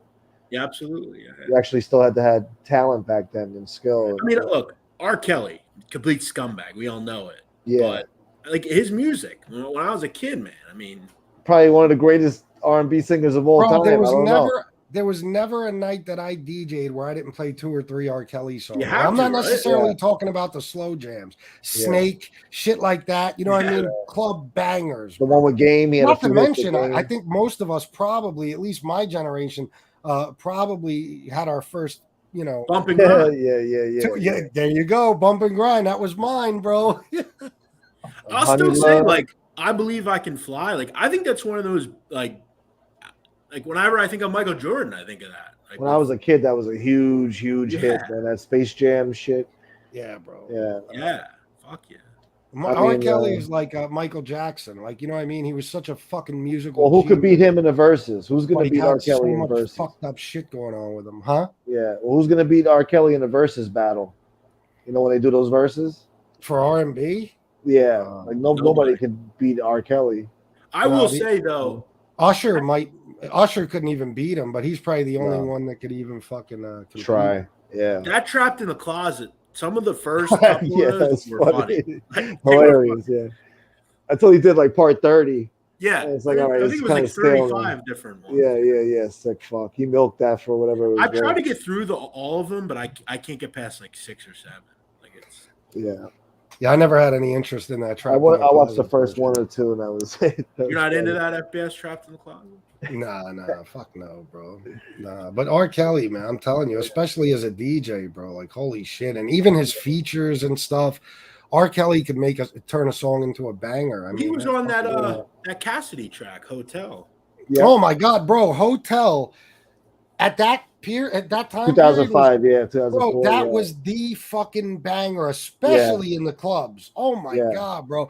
Cassidy and R. Kelly killed it. And like that was Cassidy's first hit. You know what I mean? Came out with all of them. Like I'm a Hustler, and then he put like Hotel. Like and then he had like a couple, he had a couple club songs. I will honestly say, and I don't think anybody can dispute this, I can't stand Cassidy anymore. It's all the same shit when he raps. It never changes. It's all his jewelry, his gems, his fucking, hustling, selling this. Is he still wearing the same white tees now? Bro, it's all the same shit over and over. He's a killer. He's this, he's that. But, bro, lyrically, he is got to be one of the top 5 lyricists of all time. I'll always say, in his prime, because I was very heavy into like the battle stuff. Like I was watching Too Raw for the Streets, all that shit back in the day. Yeah. There were very few in Philadelphia that could touch him in any sort of freestyle battle. Like he was. I mean, then he eventually. I mean, I remember he lit Freeway up one time. Oh my god! I mean, he was something. But now he's over the hill now. But. Remember he said to Beanie Siegel, I'm a pit bull, you a pussy, and we don't mix. That shit was fucking dope, bro. Well, he ruined his career when he caught that gun charge. Well, he gave an AK-47 to somebody. Well, it wasn't. I'll tell you what did him in, bro, was him and Swizz Beatz going their separate ways. Oh, you know what I mean? Swizz Beatz a legend, Oh, my God. Swizz Beatz, bro. His beats used to annoy me after a while, though. He did a solo album that was good, too, but. I'll tell you one of the biggest club bangers, 2004, 2005, Bring 'Em Out. T.I. Oh, yeah. That was huge. T.I. had a run for like 10 years. 2004. Yeah. Him and Young Jeezy were just boom, boom, boom, boom, boom. Yeah. And Akon, too, for a while, bro. Akon was putting out banger after fucking banger. Ghetto by Akon is one of the best songs ever made. Yeah. Ghetto. Yeah, a few of them. I mean, they both were. That song with Snoopy had. Up on that pole. You remember that shit? The Yeah, yeah. strippers? Oh, I used to go to strip clubs. Used to That's play what I that. was just gonna say, Yeah, bro. When yeah. you're DJing and shit, especially as a hip hop DJ, no matter what, at the end of the night, you want to put on you want to slow it down. You know what I mean? Yeah, Get people yeah. calm down and start heading out the door, whatever. Yeah. Fucking, I Want to Love You Yeah, is the perfect last fucking song for a club, bro. Back then, like, oh my god, and that's one of my favorite songs of all time. I fucking love that shit. I Want to Love You. Yeah. I can't believe we haven't spoke about the GOAT, 50 Cent. Yeah. The GOAT. The 2000 GOAT. He was the GOAT in 2000. He was, yeah. Oh, He was yeah, number Get one. Rich or Die Trying. Get Rich or Die Trying, man. I used to listen to him in 2000 before he blew up, before he was anything. I used to listen to his mixtapes and all that shit, me and my friends. Gunsmoke, remember when that song "What Up Gangsta" came on? Yeah. Yeah, of course. That's the first song. That was something. That whole album you can yeah, play from beginning to end. You don't have to change it. That's rare, you know. Yo, when he said that line, I'm not the type to get knocked for DWI. I'm the type to kill you connect from the coke price high. Yeah. Like, Yep. yo, his man. He had some really crazy lines on there. I don't know why he stopped rapping like that. My favorite album songs off that album are "Patiently Waiting" and "Heat." Yeah. Heat, that fucking gunshot beat. I love the video Heat. Yeah. They got the guy in the trunk. Yeah. And like abusing him. Yeah, he had some great he had some real gutter tracks back then, man. Yeah. How to Rob Joe Gambino? Hell yeah, Yeah, bro. that's a How great to Rob. production he Not had. too many people, like a lot of people didn't know about 50 Cent's career before he got signed to M and Dre. Like, bro, he was crazy, bro. He was here. Yeah. He was in New York with Run DMC one time, but you should have seen him, bro. Like, my friend's got a picture of him with Run DMC at the Paradox in New York City, and he's like, he was this little skinny, he wasn't all big and built like that back in the day. He was real, like, he's scared looking and like in the corner of the club. It was funny.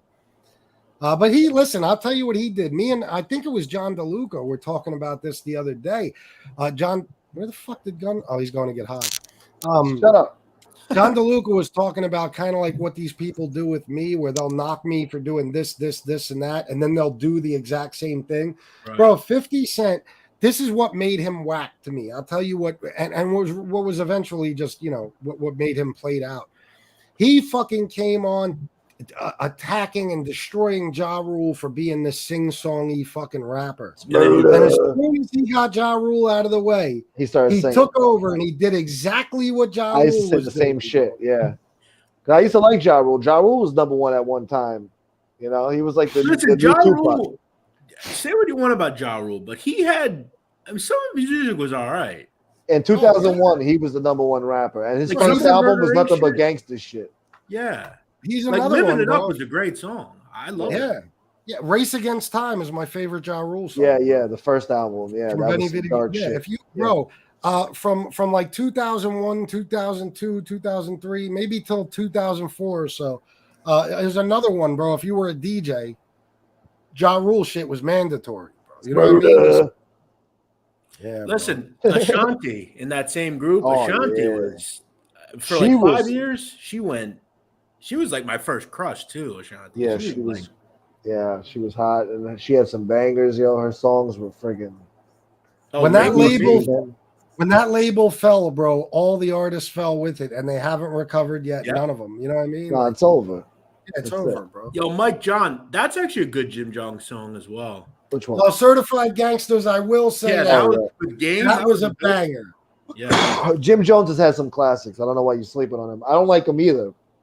But he's had some classics. Yeah. Veni Vidi Vici, absolutely, bro. Ashanti could still get it. Yeah, bro. I saw her recently. She is very attractive still. Good point. Even Jay-Z and R. Kelly songs also. Oh, of course, they did the album. Yeah. I hate Jay-Z now, though, but I used to love Jay-Z back in like the late 90s, early 2000s. Jay-Z got to the point where he's putting out albums just for the money. I mean, it wasn't even quality anymore. You know what I mean? It was whack album after whack album. When he said he was retiring in 2004 with that Black album, he should have just retired. I was thinking about that the other day. I was listening to December 4th, which is on that album, and he talks about how he's going to retire. My favorite Jay-Z song, bro.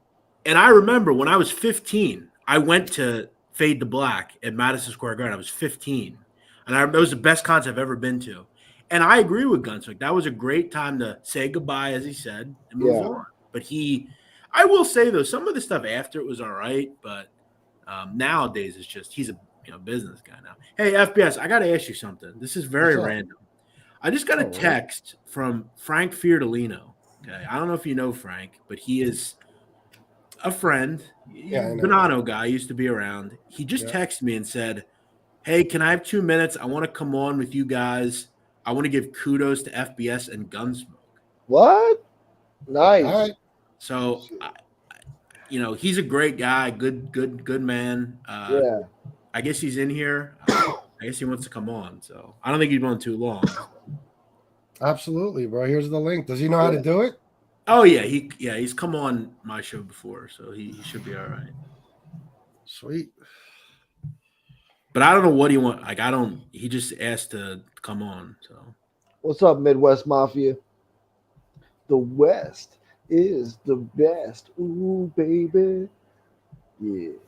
Black Sheep, that's a great one, Bobby. Who Got the Props was a great fucking beat, man. Oh my God. Yeah, bro. That's a great one.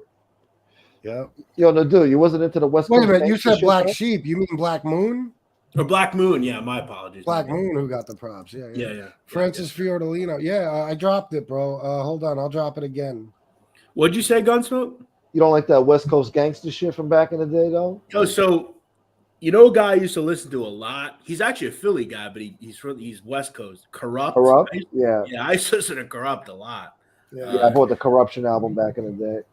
You know what you made me think of with Black Moon, that era, bro? Far Side passing me by, Souls of Mischief, 93 till infinity, J. Rue the Damager, come wow. That's the indie stuff. Yeah, that's the indie that stuff. shit. Oh my God, bro. What else was I was thinking of something else too. Around Bloods and Crips, Pyru Love, all that shit. Apache, Gangsta Bitch. Yeah.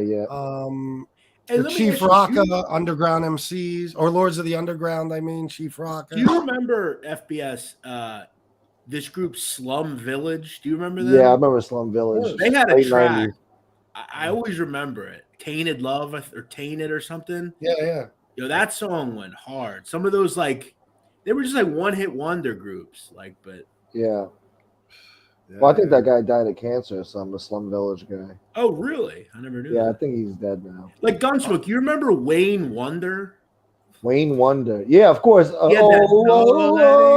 I'll tell you what they did. Yeah. Rihanna, Wayne Wonder, and Lumi D. Had a song out around the same time with the same exact beat. 2002. Really?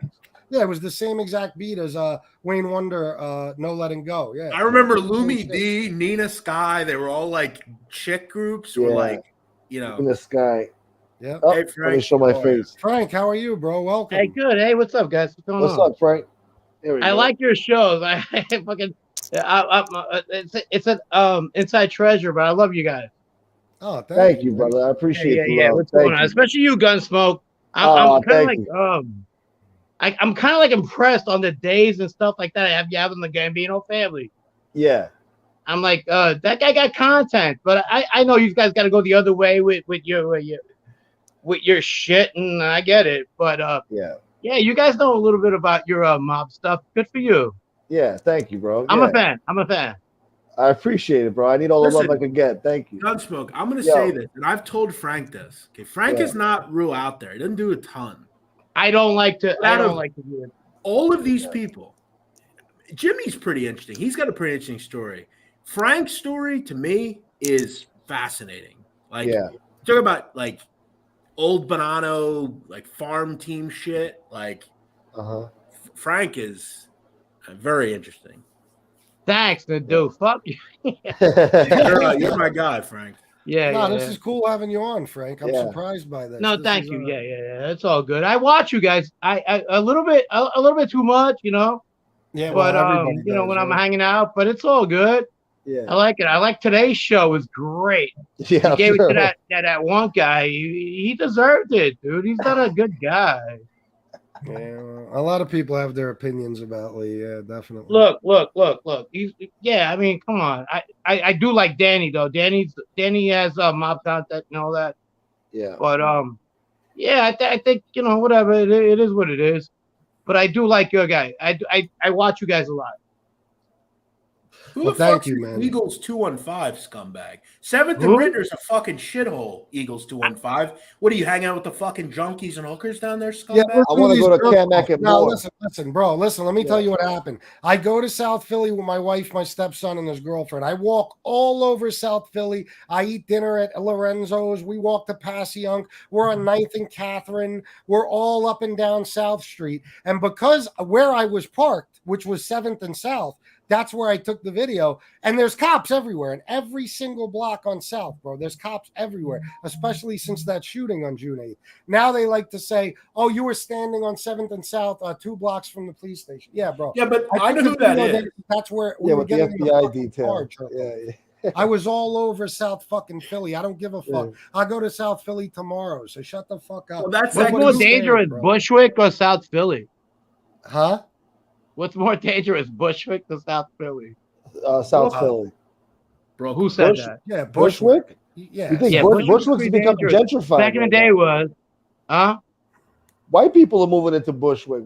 Bushwick's becoming Now gentrified. today, yeah, I used it's gentrified, I correct. used to date a chick out in Bushwick. Yeah. Yeah, I mean, it depends. Like Southwest Philly and shit, it's a different fucking Yeah. story. You know what I Eagles mean? 215. I know who that is. 100%. I Yeah. think Philly looks more grimy, like the small streets, the small narrow streets, and the fucking fucked up sidewalks. And I don't know. Right. It looks more grittier, you know. Yeah, I Eagles got 215 thinks he knows me. I never smoked crack, jerk off. I only sold it. Get this Sorry. guy out of here, bro. It's, What- it's Yeah, fucking Get him out of the room. it's that Fosco creep. Oh, is it? Oh, Guaranteed. Fosco, you're a fucking faggot. By the Who's way, that? bro. I would love to run into you one-on-one, bro. I don't even would know You know, who I that would is. like to run into that MRE guy. I would love to run into him. Yeah, I don't Yeah. blame you. I'm not violent, but if I was, I would like to run into him. Yeah. I think a lot of people would. He's a Yeah. jerk off of the highest magnitude, without Right. a doubt. Fucking A.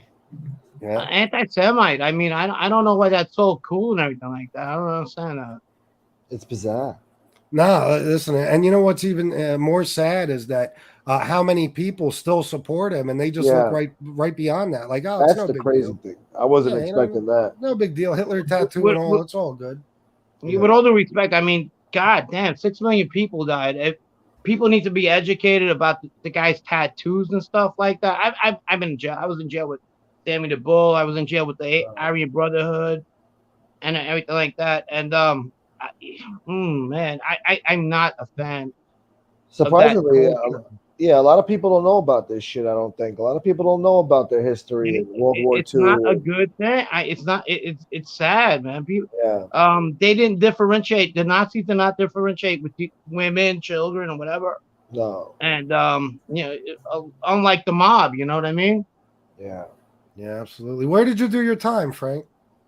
I did most of it in MDC. I only did 6 years, not much, but Oh, it's enough. and then I did a That's lot a of it in the rat units. Yeah. So I did a lot of time with a lot of high profile criminals. That 60% of the people that I was in jail with had multiple bodies. It wasn't like it was just because it was a rat unit didn't mean we were pussies. You know what I mean? Yeah. Oh, no, of course not. If you Well, if you you would- would have took 70 of us and put us in a low, we were the toughest guys in that place. You know. Yeah, without a doubt. Were you in Fairton at all? I was not. I no. Why do you bring Okay. Farrington up though? I mean, Well, just because what you said about it is a being in- rat unit. It is. Yeah. Fairton FCI, the cheese Yeah, factory. correct. Yeah. The cheese factory. That's what they call it. Yeah. Is that what they call it? The Yo, cheese man, you up factory. in the They, cheese yeah, factory, man. a lot of other things too. Yeah. Yeah. Yeah. So FBS, But you know what people fail to understand is rats are killers too. Oh So yeah, you of could course. you could say whatever you want, but I Yeah, was with no. some of the most dangerous people. Rayful Edmonds was a guy in my the other guy from Blow. What the heck was his name? George Young. George Young. No, not George Young. The guy who. Oh, the other guy is Colombian guy. George. Oh, George. what Diego. was his? Yeah, Diego. Diego. Yeah. Well, his name was not Diego. Carlos What the Letter. fuck? Carlos Letter. Carlos Slade. I was Yeah. with him. Sammy. So if you took like 70 people that were in that facility, and you took the body count, we probably went to about 200. Shit. Right. So we weren't, you know. Hey, Yeah. FBS, Frank's got some fucking funny stories about like Joe Messino and Alley Boy and all those guys. Joe Messina looked like Well, a name them. jolly guy. Name them. I'll tell you. You want to laugh? We'll laugh. John Yeah, Alite. yeah. I mean, you guys. Okay. All right. Oh, All right. Jesus. You guys pick on him a lot. He was a tough guy. Yeah, I believe he was physically tough. No, yeah. he was. I mean, he was tough. You know, and so was John Jr. He was a tough guy too. Yeah. They were assholes. You know, they were a little bit older than us, but they got it done. Now with all right, I don't want to be this guy. I don't want to be the guy to bring this out. But a fight between A-Light and who's that other guy? The bald guy who looks like Sesame Street guy. Hey. Sesame Street. Danny, he looks like the Yeah, judge. talking about Danny. Oh my God. I don't know. I have to put my You money talking about on Danny? You talking about Yeah. Danny Trio? Danny's Yeah, he definitely looks not like no a Sesame Street. judge. No, he's definitely not no Sesame Muppet. Street. I don't know what Whatever. you're talking about. More like Elm Street. Lee's partner, Danny Trio. I think Yeah, that's yeah. what he's talking about. Yeah. And I respect Danny. I think Danny's really a tough guy. But why would he Yeah, be he is. hanging out with that Lee guy? I mean, you know. I Is he like the same that. guy that called a post on Gene, who happens to be a friend of mine? I Are mean, you friends with Gene? an acquaintance. I've never met him on the street. I've talked to him before. Yeah. Oh, okay. Yeah. That's what's up, man. So what Yeah. what story you got about Joe Messino? I got to hear this. I got a lot of them. So when I got put into this major indictment, and I was like, fuck. I was like somebody who was like, fuck. Welcome to the big time. You know, I'm in this indictment with Joe Messina, Frank Lino, Sal Vitale, and all that. I'm like, I think you got me in the wrong indictment, you know? Yeah. On the street, I must have seen him 2-3 times. I wasn't that guy, you know? And we came close. My family was involved, obviously. So I think I was thrown into that indictment because of my family. And so I meet him in jail, and we got close there. So how was he? He was like I tell everybody this all the time. You probably heard it this many times. He was like Jackie Gleason. Oh, really? Okay. Yeah. I can see that. But Yeah, Frank, he was like didn't you get him in trouble because that card game you ran? right. So I ran. Well, I didn't run. My family ran this card game that he owned property on the card game, and among other things, I wasn't a saint. You know, I was shooting people and fucking. I went in for murder, for a murder and whatever, and that was one of them. And they're like, "Well, you ran." I didn't run. My family ran a card game where the building he owned, and I was and he lost $13 million Damn. on my testimony. Oh my God. Right. So he was telling everybody that was it. I was like, motherfucker, you're going after me for that. Go after your fucking your underboss, your fucking everybody there, your captains and everything like that. Why are you coming after me for that? You know.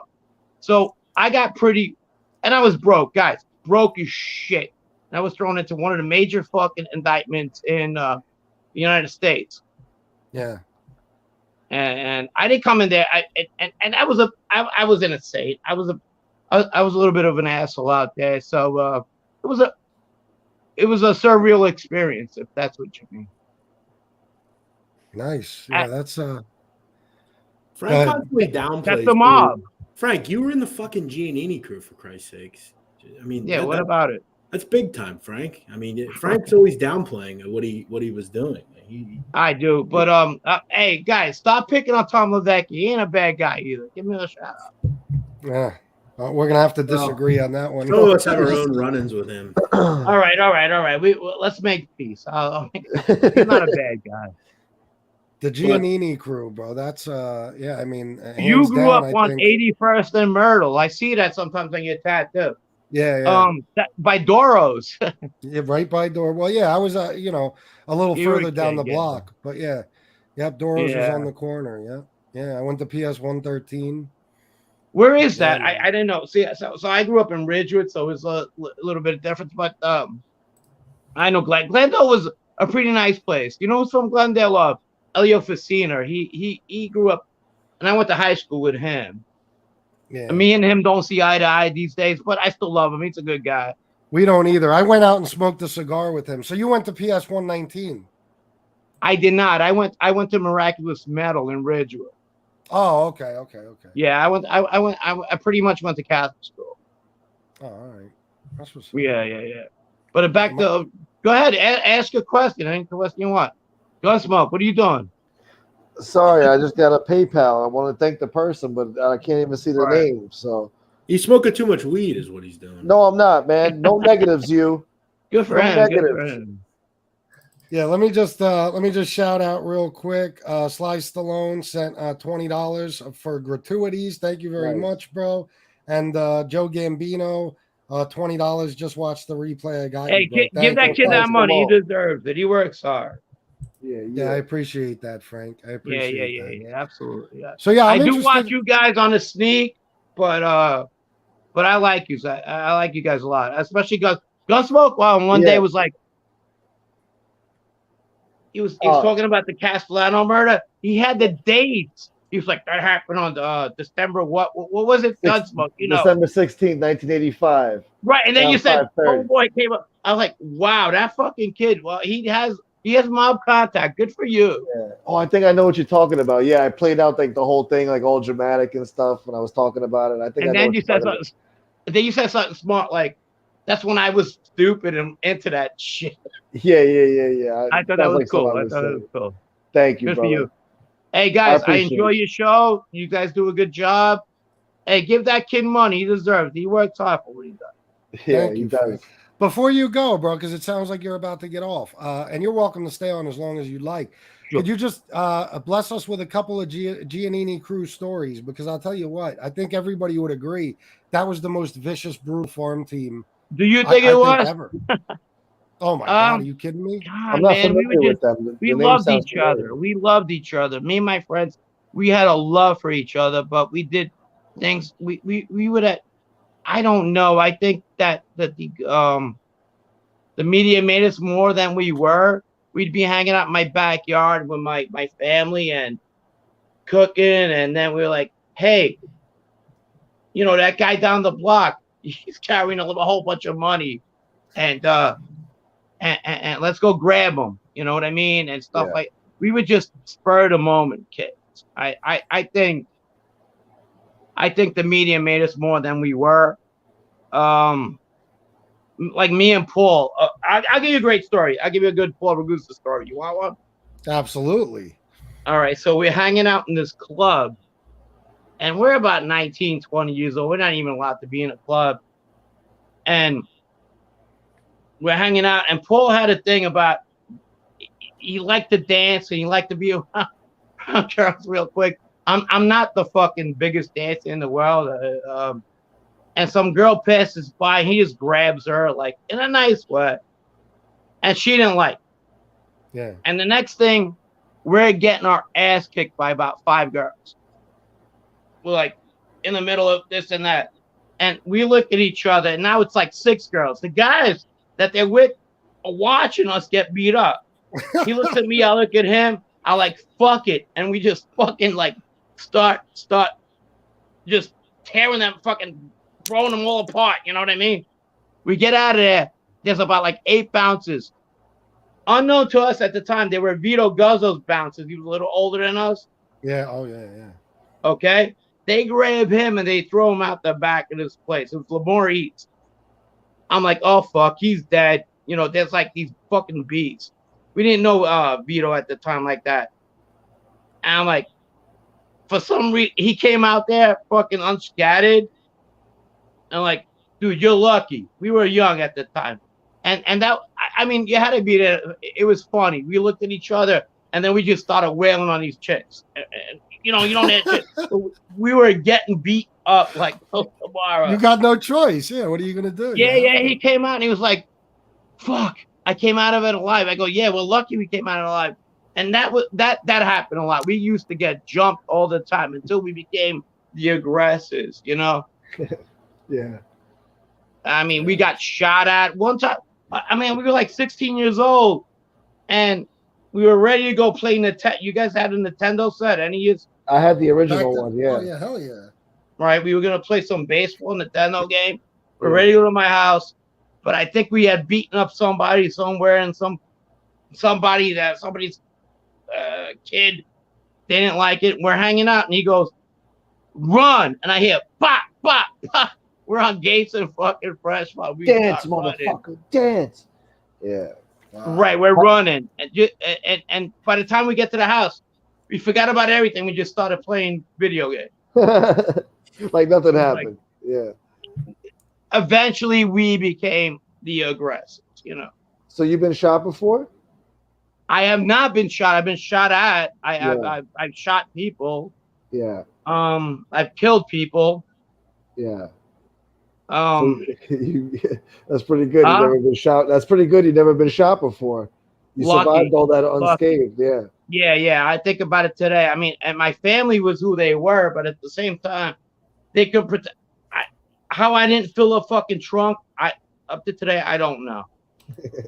Yeah. It was just the time, you know. Yeah. But I miss my friends. They were fun, you know. Yeah, it's so funny for us to hear because a lot of us know a good bit about the Giannini crew. It's hilarious to sit there picturing you guys playing fucking Nintendo. You know what I mean? When we were 16, 17, we grew up fast. I mean, like my best friend at the time was Paul. His parents were taken away from every male in his family was taken away from by the time he was 14, 15. So we would do and a lot of the older people, they took care of us. Like my brother actually liked Paul a lot, my older brother, and he was always protecting him. We had connections with Colombians and people like that. So if we would get in trouble, that was taken care of. Like we would send Puerto Ricans and Dominicans to a neighbor just to like take care of that. We were deep. We were very deep. Go ahead, Jeff. What were you gonna say? No, I was just gonna say, Frank, didn't you tell me one time that Paul's sister was like as crazy as yous? Yeah. So I got all right. Yeah, good. That's a good story. Thank you. So I was like 19 years old, and these two cops. I remember their names too. One's name was Ratchet. The other one was Gilligan, and they hated us Italians, right? So they would come to the corner and arrest somebody around 11:30 because they'd have to do overtime, you know. So they'd arrest one of us after a while. They arrest Ralphie, the kid who got killed. And then one day they came to arrest me. I was actually working in the coffee shop. They go, "Hey, whose car is that out there?" So I tell the cop, "Is that bothering you?" He goes, "Yeah." I said, "Then go fucking move it yourself." So he goes, "Oh, you're a wise ass." Yeah. So he comes up to me and he tries to arrest me. When he arrests me, there's one guy that's named Anthony. He's made today. He jumps right on the other cops, and we jump on them. The next thing we know, we got the whole 104th precinct in the coffee shop, and they got us hog tied and everything like that. They arrest the cop. We didn't even hit the fucking guy. On the way to the precinct, he slapped the shit out of us. Guinea this, you motherfucking bastard. You know, the whole 9 yards. We get in there, and he charges me with assault on a cop, second-degree assault, and we go through the system. We come out. This is the best part. So I talked to my lawyer, who's Mario Malabo, who's a Pizza Connection lawyer that I got. He goes, "If the heavy bothers you again, let me know." I said, "All right." I'm driving my Trans Am, you know, the Guido car. Yeah. Of the fucking of the 80s. So I'm driving my Trans Am, and I hear boop, boop, boop, same fucking cop. So it's me and Paul. We come out of the car. He goes, "Hey, get the fuck out the car. Who got you this car, you fucking motherfucker?" Here comes Paul's sister, Maria, out of nowhere. "Oh, you motherfuckers have nothing better to do, you fucking cocksuckers." She's going ape shit on them. So why don't you go arrest the fucking drug dealers down in Bushwick? You're picking on my brother. And she goes like this, the cop goes, well, your brother's gonna be a murderer pretty soon, so don't worry about that. And she just goes off on them. And it's me and Paul. We're looking at each other. We're like, just don't say nothing. And we were cracking up. Yeah, she went off on these fucking cops. They let us go. But that's the type of shit we were going through all the time. Yeah. That's crazy, man. What a life story you must have. I'll tell you what. You know what? Chris, right? Yeah. Yeah. I mean, we grew up okay. I mean, our families did the right thing by us. We did the wrong thing by our families. That makes sense. Oh yeah, absolutely. Yeah. Yeah, it wasn't like they wanted that for us, but looking back, it is what it is. So FBS, you know the story about the bananas that just happened? Yeah. So the guy Vito Grimaldi that died, that this funeral was for, that was Frank's like guy. That was his. All right, I'm not going to get into that story, but I'll tell you this: that guy was a saint. He was one of the nicest guys ever. All right, look, he had a bakery, and he did a lot of good things for people in the neighborhood. He had all different people work for him. Either they be Dominican or Honduran and everything like that. Anytime anybody died, he went to the funeral for his workers. It could be the maintenance guy to his top guy, and to hear that this disrespect happened to his funeral is he was just a good guy, and he was my mentor. He kept me out of a lot of trouble. When he inherited my dumb ass, he schooled me the right way, and I don't know why. I don't know where the mob is today. I'm not gonna critique what happened. I don't know what happened, but to happen to this, he was a good guy, a fine guy, and it's just sad that happened at the funeral. I mean, when I heard it, I'm like, what are these people thinking? Like, they can't even take it outside. If you're gonna disrespect the funeral, at least take it outside. You're doing it right there. No, you know what? 20 years ago, that wouldn't have happened. Yeah. Yeah, the guy's his son-in-law. The guy, and I know Josie. I know everybody involved, except the Bronx faction. And nah, it's not right. No. I mean, his family was there. He don't deserve that. That guy was a good guy. Let me tell you. You hear about the good part of the mafia. Yeah. I know it's an oxymoron to you guys, but Vito Grimaldi was definitely a good man. And I hope nothing comes out of it. I hope it gets squashed, whatever.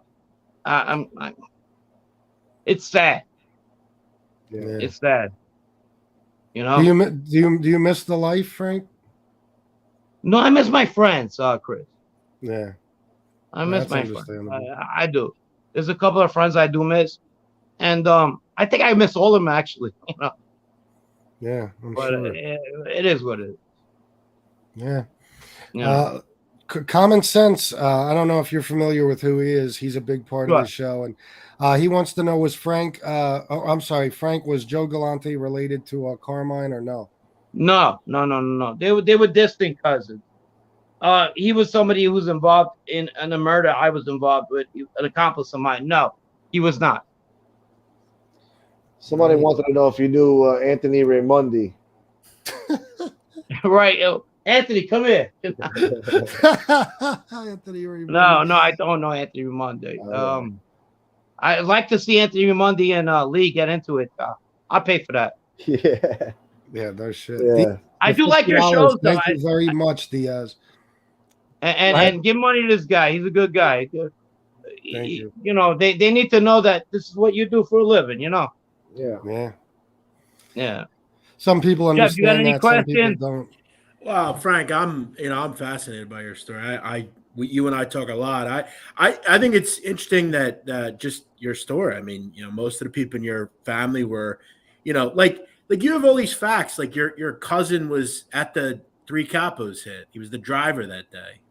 He was. Wow. And Dino Calabro is my cousin as well. Yeah, right. Dino's his cousin. Right? And Messino set that up, right? Messino was there, right? Three Capos, yeah. Okay, all right. Yeah. So hold on. I was 11. Okay. Yeah, he was there. He was there. Yeah. Hey Frank, remember that? I think you told me this when Vito found out that Dino was your cousin. What'd he say? He's like, Right. It was at my dad's funeral, and he goes, "How many the fuck are you?" They're all related. And he goes, "No." He was like, okay. So Vito was like, "What are you doing here?" He goes, "That's my uncle." So he looks at me. He goes, "How many the fuck are you?" Because there's a lot of us. There's a lot of us. Yeah. Yeah. Tommy Agro wants to know if you knew Jerry Chili. I did not. Jerry is kind of like, all right. I did not know the Chili. They weren't Joe Messino's favorite, so they were like in Florida, but he kept them like on a. But no, I did not know that. Well, Jerry got shelved because of that Joe Watts thing, and then he turned back up years later. Again, I didn't know that, but he was not around when I was around. There was a lot of, I mean, you name any other Bananos, most of them, yeah, I do know that. I don't mean to be out of order. Wants to ask, did you have any interaction with TG Graziano? Yes. Oh wow. You did. Yes. TG he's funny motherfucker. So we get arrested in the same indictment, and I think I told you this, right, Nadu? Yeah, about the Alley Boy thing, right? But Alley Boy thing, yeah. So Doesn't he comes he hate in there, TG? and me and Alley Boy Persico were roommates in a cell. And here comes TG. Yeah. And Allie's like, "Oh, fuck this guy." I go, that's my co-defendant. He goes, "I can't stand him." They had a little bit of a beef. So he comes into the gate. You know, when you come to the gate, he's gonna be in your dorm. Mm-hmm. So it's like it's pleasant. It's not bad. Don't get this the wrong way. And Allie's like, "Holy shit, you!" And TG looks at him and goes, "What? We're gonna start this shit again?" And he goes, fuck. Couldn't you find another place to go? And they just walk their different ways, you know. Yeah. And Allie and I'm like, huh? I heard Alley Boy was a funny guy, right? No. TG's a funny guy. Yeah. Alley Boy is not too funny. He's not very. Are we talking about the same Alley Boy that was with Sammy Gravano? No, Alley Boy Persico. Carmine's kid. Oh, Carmine's kid. Okay, all right. Yeah. All right. No. He did not like. Okay. No. He didn't like.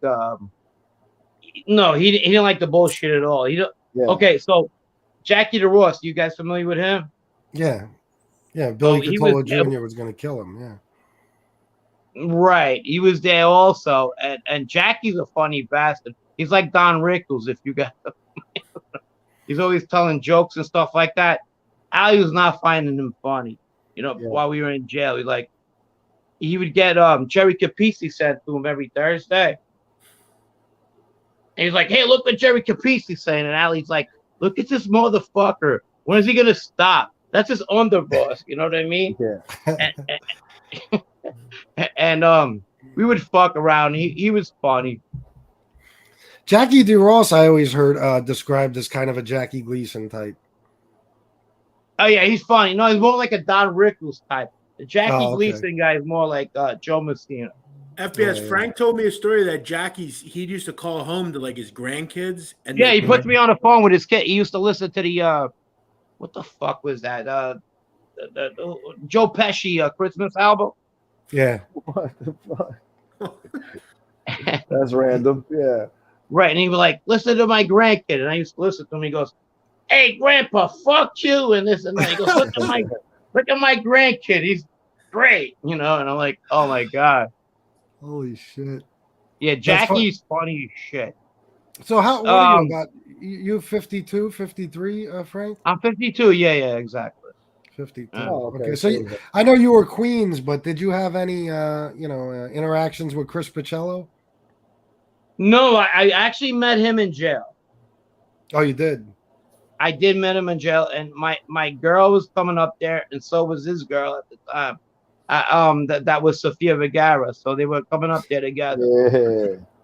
How about that? Yeah, Yeah, my girl was like, So- "Holy shit!" Crazy. A really right? good kid. Liked him a lot. I got a great story about them too. So him and Sammy are playing chess Yeah. in one of these rat units, and they're playing chess. And at first, Chris is like a little bit starstruck by Sammy, but by the end of the day, he takes the fucking chessboard and throws it because fucking Sammy was cheating all the fucking. I'm like, hey, what Jesus. happened? He threw it right across the board. He goes, this motherfucker's cheating all the time. I said, yeah, well, what did you expect? That's wild. Chris Pacello and Sammy the Bull playing chess. That's fact. Hey, fact. I don't lie. He'll tell you that. I don't. No. I believe it. That's just it's another one of those. Even that is fascinating. You know. So that was I'm assuming that was MDC, right? That was MDC, correct? Oh, okay. 2005. 2005. Okay, Yeah. so that was after Sammy got sentenced for the ecstasy thing. He was at the ADX. He was. That's where he lost all his hair. And I never met Sammy with hair. Yeah. Jeez. All right. The Sammy I met was the Sammy you guys know today. Well, he contracted Graves' disease somehow. He did. I like Sammy. All right. I know it's not the most popular thing to say. Yeah. But I'm not gonna be swayed by somebody's thing. I like Sam. He's good. Well, I think Frank, you know these people from a different standpoint than I think we all do. You know, like we know Johnny. Some of them are from the street, some of them from a Yeah. rat point of view, some of them from a population. So it's it's 3 degrees. You know what I mean? Right. Yeah. So speaking of that, Jeff Nadu just brought up A-Light. So same area basically, but he was a little older than you, right? 7, He 8 was. years? All right. So like as far as him being physically tough, I don't think anybody denies that about him. But you knew him on the street during that era, right? Yes. He was okay, so let's put this in perspective. Let's put John out of the equation. Let's meet John Jr. Yeah. John Jr. had so much clout because of who his father was that anybody he had around him was you couldn't do that much about. You know what I mean? Yeah. Out of that whole clique he had around him, A-Light was the most able guy. Okay. He'll crack somebody in a minute. He did that. But I'm not taking away from John because he is a friend of mine. He probably had carte blanche to do whatever the fuck he wanted. And everybody in that area knew. You grew up in Glendale. All right. So we have Howard Beach, Ozone Park, Woodhaven, Glendale, Ridgewood, Middle Village. John was a definitely known fucking tough guy. But well, see, you can't say. I want to ask you, of course. Do Obviously, I know about him exaggerate, being in but- the, as far as like, no, I wasn't in his group. I don't know if he knew about the Castellano head. I don't know if he knew about that. But I know he was able to fucking shoot somebody in the head in a minute. Definitely. Yeah. Does that make sense? Yeah, absolutely. Yeah, definitely. Yeah. And Angel knows that too. She knows who he was. Yeah, well, yeah, of course. I mean, it's just. And her brother was a thug too. He was a tough guy. He wasn't a pussy by no means. No, John Jr.? Yeah, he wasn't a pussy, no means. He was steroided out. He'd stab you in a minute. He'll hit you over there. He knew how to play his dad's part. Yeah. Interesting. This is good stuff, Frank. This is all good to hear. We could probably ask you questions for about 3 days. Yeah, you probably. That's fine. No, the only reason I came on is I knew Nadu was there, and I wanted to give you guys kudos because I like your show. Oh, thank you, man. I appreciate that. Yeah, I don't like Lee's show. I like the other guy who's with him. What's his name? Danny. I like Danny. I just think he just brings a lot of drama. I don't like drama, Yeah. No, I hear you. Well, catch me on National Geographic. I'll be on there on the 17th. I was on there already. I wanted to That's one way to tell you, FBS. I've been meaning to tell you. I know some of these documentaries are like they always do the same shit. On Hulu, the narco war mob shit that Frank does, like he said, does some consulting on there. Bro, really fucking good. They have like a Long John episode. Galante, like they did some Long good John Mortarano.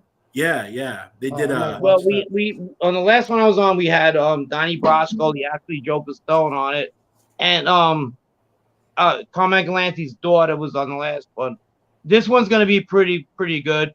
We got a former assistant USA district attorney, whatever, in the 80s. So we tend to put a good product out, you know. Yeah, those are good. They're good. Good docs. Yeah. I want to see. I might check out the Narcos thing tonight. The narco. Yeah, it's done right. And I appreciate you guys when you talk about, like, for example, the FBS, Chris. I like when you talk about the Gotti stuff. You're pretty spot on that. I disagree on the one aspect that you think that Sammy wasn't there. I think he was, but that's a matter of opinion. That's fine. I wasn't there, so who knows? No, it's not that I don't think Sammy was there. I don't think John was there. I'm sorry. Right. Oh, so do you think he was? I think he was. But a lot of other than that, I mean, with me about that. You know your shit. You know your content. But obviously, you got other shit going on with other people. You make more money with that. That's fine, and I get it. But you do know you do know your mob shit, and so does Gunsmoke. I was impressed. Thank you. He has dates. I mean, he talks about dates. I think that's great. Yeah. Well, I used to read it and watch it, and for years. He said I was retarded to it. The only thing this fucking kid remembers is mafia dates and shit. Mafia event dates. Like if I ask him yesterday. No, but I get it. You guys ain't making money on the mafia shit, so you gotta do what you gotta do, and I get it. I'm all for it, but I find you guys to be like, I find you guys to know what you're talking about. Yeah. Oh, thank you. So I was interested in, man. And Jeff to me is top 3 anyway. Yeah, Jeff I always said that, even when I was mad at Jeff. Jeff is good at what he does. Though you can't take that away. He is. And the other guy too. What's the other guy from England? What's his name? O.C. Shorts. Yeah. He's good, ain't he? And he does that. He does all the music and stuff. His shit is so polished. Yeah. And put together polished. So he got well. the book in the background. Oh yeah. I mean, He's a master at this too, man. He's a master. And the other guy, Black Hand. What's his name? RJ, Black Hand Print Mafia. Yeah. And guys, I know this ain't popular thing to say. I'm a Tom LaVecchia fan. Don't hold that against me. I think he knows a lot as well. He definitely knows a lot about the mob. There's no come on, man. Come on. Yeah, he definitely. No, he knows a lot about the mob. He knows shit about Sicily. He knows things about Calabria, and he's good. He really is. Yeah, without a doubt. Without a doubt, bro. I've learned a lot about him, or from him, about like the Ndrangheta and all that shit. Right, which I don't know nothing about. However you pronounce it, Ndrangheta, I don't know. And Ndrangheta. Yeah. But I mean, I enjoy watching you guys. When I'm home, I had a couple of drinks, come home. I like watching you guys. Congratulations. Thank you. Yo, real quick, Frank. Sure. FPS. Frank told me a story one time about he was. I'm not going to say where, Frank, because we never really talked about it. But Frank was sent like to the Pacific area, like the Northwest. Yeah. And he had a run. That's where I actually am today. I'm in Seattle.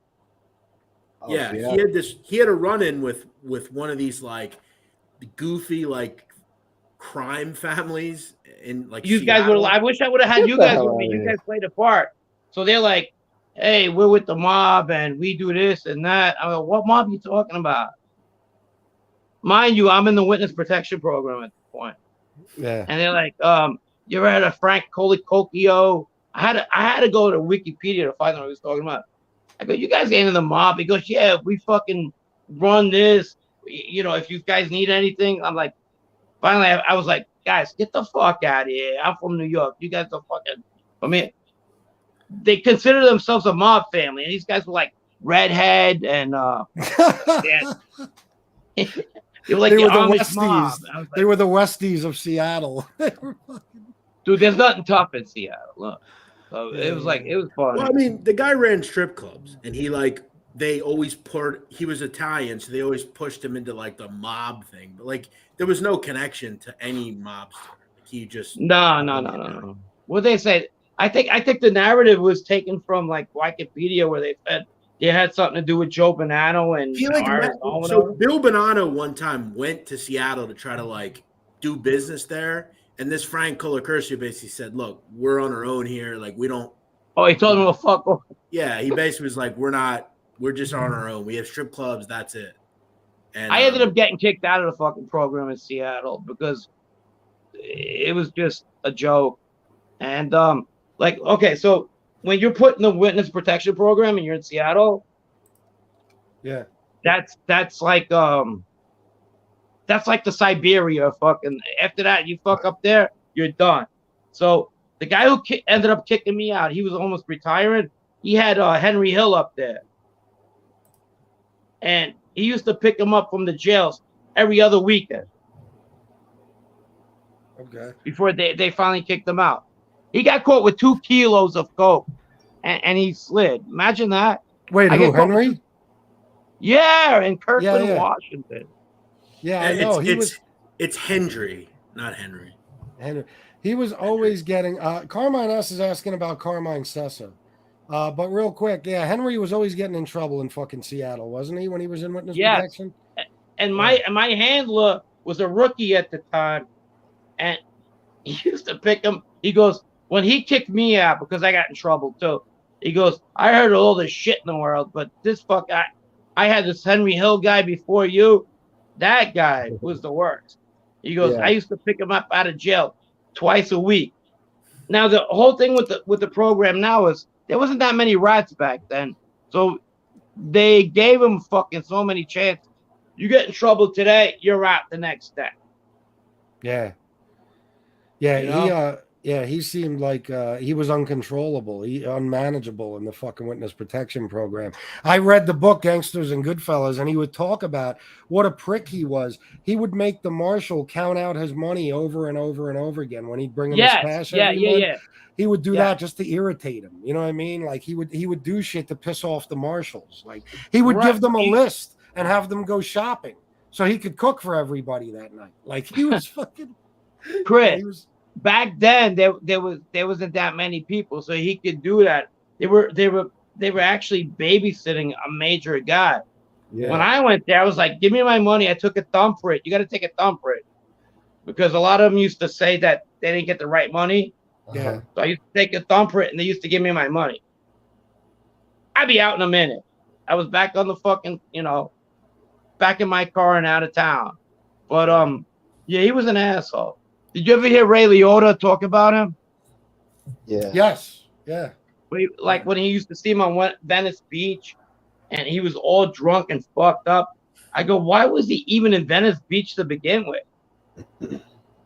Yeah, I know. Well, the alcohol took him out. I mean, he drank himself to death. Well, he was a fucking maniac, bro. He'd go on the Howard Stern show while he was in witness protection and shit. You know, I love Howard Stern. I know you do too. Oh, bro, love him. Yeah, but he would come on. Remember in the '80s on the what was that? The I forget the name of the show now. But he would come on with the fucking disguise on and shit, the beard and the glasses. Oh yeah. Right, the Geraldo Rivera's show. Yeah. You remember when rats were a rare thing? They'd have that thing, and then they would change their voice and be like, "Hey, what's going on?" Yeah, in the '90s. Yeah, in the '90s and '80s. Yeah, it was great. The silhouette of the big blind glasses. Does anybody remember when they went into like Al Capone's vault? Yeah, there was nothing there. Aldo did that. Yeah, where they find like a bottle of Coke or something. Yeah, they still make fun of that till this day. They mock him for that and shit. Yeah. But Carmine S wants to know about Carmine Sessa. Is that Carmine Sessa though? Carmine S is asking about Carmine Sessa. I don't know. He was a Colombo guy, right? I didn't know nothing about him. Ask me anything about the bananas. I'm 80% good. Yeah. Okay. You want to ask about anybody in the bananas? I'm trying to think. Definitely. All day, every time. What about Vinny Gorgeous? You know anything about Vinny Gorgeous? enough to say that he skated until the Messino thing went about. Yeah. And he was put on a four-man panel. You know about that, right, Nadu?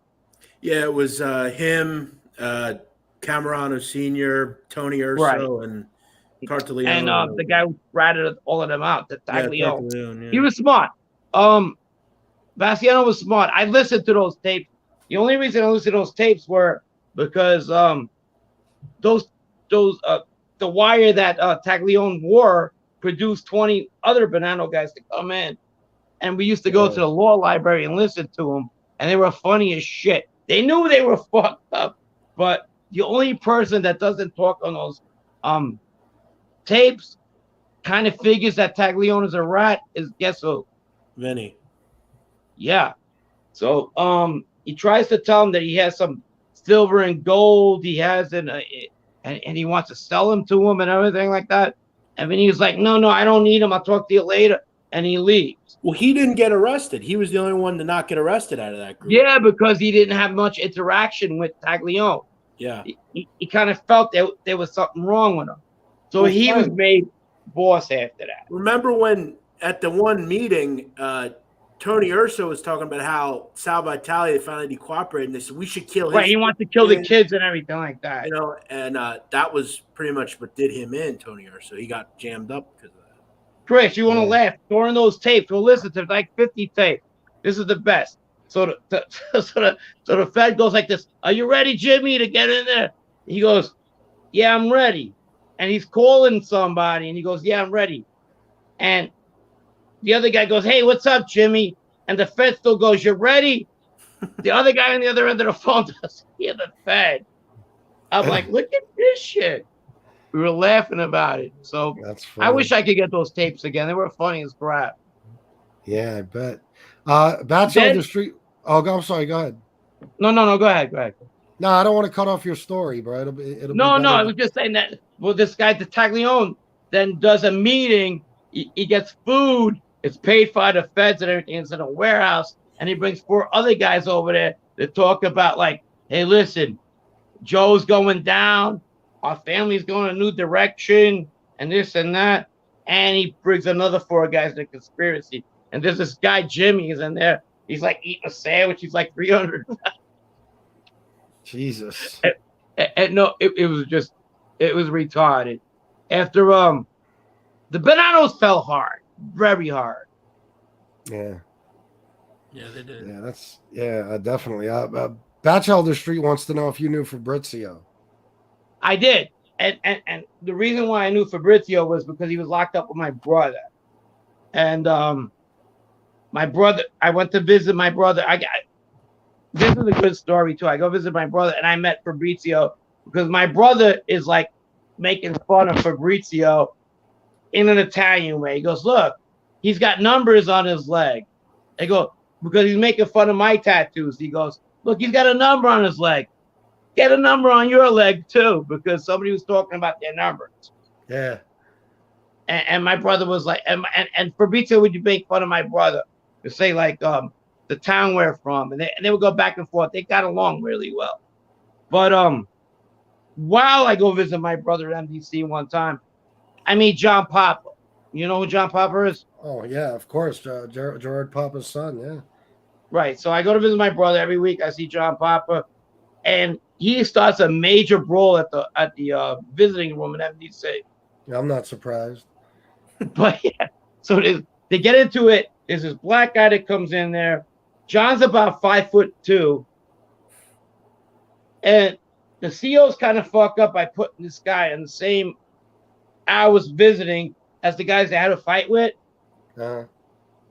And I got my sister and my nephew at the time, and they just roll out. There's chairs thrown, everything. There's guys coming in with mace and stuff like that. I'm in the middle. I'm throwing swings and stuff, and they just get him out of the way.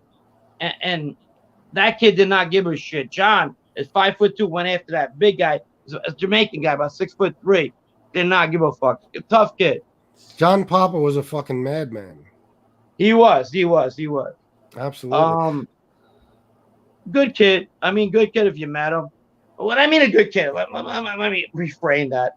You know, when you meet somebody, they're good, and then, you know, you get to see the ugly side about it. I'm pretty sure you grew up in a tough area. You know, you know what I'm talking about. Yeah, You know, definitely. I'm sorry? Now, let me ask you a question real quick. With this Fabrizio thing, going back to him a minute, he might be Sure. getting out a little early and all that. Even if he doesn't, he'll be out by 2030. What do you think is going to happen with him, considering he got made about 11 months or so before he got locked up? And, you know, he's going to be down 30 years. He's going to be the boss. Yeah, that's what I think. What do you think about that? A boss? The fucking boss. I don't know. Yeah, I got like 10 friends of mine that were in the Janine crews that are made today. They're made out there, and they could get that position as much as he can too. But who knows what's going to happen in 7 years, especially after what's going on now. You see what happened, you know, in this thing. Who knows? Yeah. Is there going to be a Bonanno family left? I mean, yeah, well, that's the other thing. I mean, boss of what? I mean, there's Robert Lino's going to come out. He was my co-defendant. Danny Mangelli, he was my co-defendant. Those guys are young guys too. You know, I think they would be before Fabrizio would be. And there's a lot of guys out there right now that probably be. Robert Lino was a Bonanno captain, right? Yes. Yeah. And he'll be out there if he wants to be in that life. There's a lot of guys coming out now. I don't know. What do you think about Anthony Spiro? Do you remember Spiro? You know what? I knew probably like 80 people, and I say it all the time, that were made. Yeah. I didn't know him. I've seen him at parties. I've seen him at funerals, of course. But what did I get from him? I got him as an easygoing guy. He wasn't a guy to give orders. A money guy. You know, you got to remember when you talk about Joe Messina's upper people, they weren't his toughest people. Yeah. You know, they just made. I don't know. Nadu, you know what I mean by that? Yeah, he like Patty from the Bronx and people like that. You know, guys that were making a lot of money. He could almost kind of dole stuff to if he needed to. But yeah, I don't think anyone was incredibly violent in that group. I mean, Tommy Patera, that is upper guys, but yeah, they're all older, like Spiro and all those guys. Yeah. I don't know. I don't know much about Spiro's history. There's not much about him to be a violent guy. You know? Yeah. I don't know about him himself being violent, but he knew how to order some murders and shit. They all do. They all do. Yeah. What about Tommy Karate? You ever came across Tommy Karate? No, I have not. Like the Brooklyn side, no. The Queens, Manhattan, and Brooklyn, of course. You know. Yeah. We were the Bonanno family before those people you talk of were. So, like for example, I'm born in Castellamare del Golfo. You know, that's I'm born in the same town as Joe Bonanno. Yeah. So I knew 40 right off the bat people from my family that were from there. You know. So. Do you remember some big pill bust back in 2005 in Queens? I was in jail. Oh, you were in jail. Okay. There's big pill bust in my neighborhood. Where are you from? In Bayside, Queens. Okay, so I knew a lot of Gambinos in Bayside. Yeah. And what's the other neighbor? Whitestone? Yeah, okay. Yeah. That's mostly Gambino Zip. Okay. That's good to know. All right. Well, it was back then. I don't know now. Yeah. Yeah. See, that's the thing too. Like you said, where you were born and stuff. That the Giannini crew would kind of set you apart from other farm teams, as you were kind of all the sons of Sicilian gangsters already, right? Not all nephews, cousins, and stuff like that. That didn't give us a pass, Chris. It really didn't. Matter of fact, a lot of us would threaten, like, you either fucking cut your shit or we'll kill you. We don't give a fuck who your family is. And by the time we were doing the shit we were doing, the Neapolitans, the American part of the families, were the people on top, you know. that might apply for Junior or John A-Light at the time. If they got a lot of easy passes, Joel Kane, they got it. We didn't. Yeah, it's interesting. Yeah, I always took interest in the story of the Giannini crew, bro. I just think it's an interesting story. We could start, like a lot of us, like 15 to 20 of us, came from that background, like the Pizza Connection case. I go 80 years with my family. My uncle was a captain in the 60s. My grandfather was in Italy. He was a MAID member, so we go back there. But after a while, that don't mean shit when they're not around no more. You know what I mean? Yeah. No, I understand. Who's your favorite from team? My favorite is probably Murder Incorporated. Murder. That's as far as a favorite. I don't know, bro. To be honest, maybe in the 90s. I would say honestly, the Rampers maybe. The 60s. Yeah. The Rampers. Good one. Most likely. The Rampers, and then John Gotti's one from East New York. Them also, there's a lot. There's the fucking Ozone Park there's a lot. boys. There's the Bath Avenue crew. There's the New Springville boys. Yeah, I don't think they're even in the equation. I think when it comes down to it, it's probably the 20th Avenue boys. I was around them. Like my cousin Dino, I used to go visit him a lot. Around them that way, not in anything criminal. They were getting in trouble 24/7. The Bath Avenue kids, I didn't know, but they were tough as well. And then we got our guy. What about Liberty Avenue posse? Yeah, they were tough as well. But a lot of them came up to us. Like the Antonucci brothers.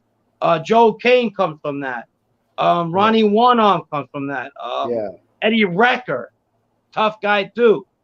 Again, I know you guys ain't want to hear this. John A-Light comes from that area. Yeah.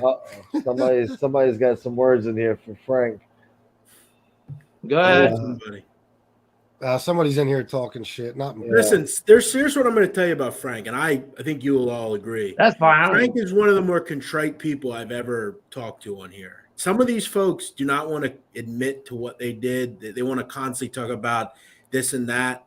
I think Frank's very contrite. I find that to be impressive about him. That's just my opinion, though. What's contrite? Down to earth, humble guy. Very down. Contrite just means you're very open. You're honest. You're very. Yeah. No, I'm not gonna lie to you guys about anything. No. I done that. I got done with that shit years ago. It is what it is. I mean, I'm not gonna make my. Look, I said it many times too. I was very low in the totem pole. I wasn't fucking, maybe if I would have made it out a little bit more. A lot of my friends are made. If I would have made it that way, or I would have played the game like they would have, I probably would have got made. But I don't miss that. I miss my friends though. It's funny because that's what damn near everybody that you talk to that's from that life, they all say that same thing.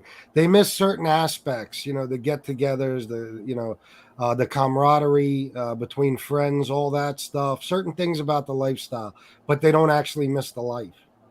I miss barbecuing with my friends on every day on a weekday, like 8-10 of us in my backyard. We lived on Fresh Farm Road, and we going back there and fucking, all these guys you hear about and talk about whatever. It was easy to us, Yeah.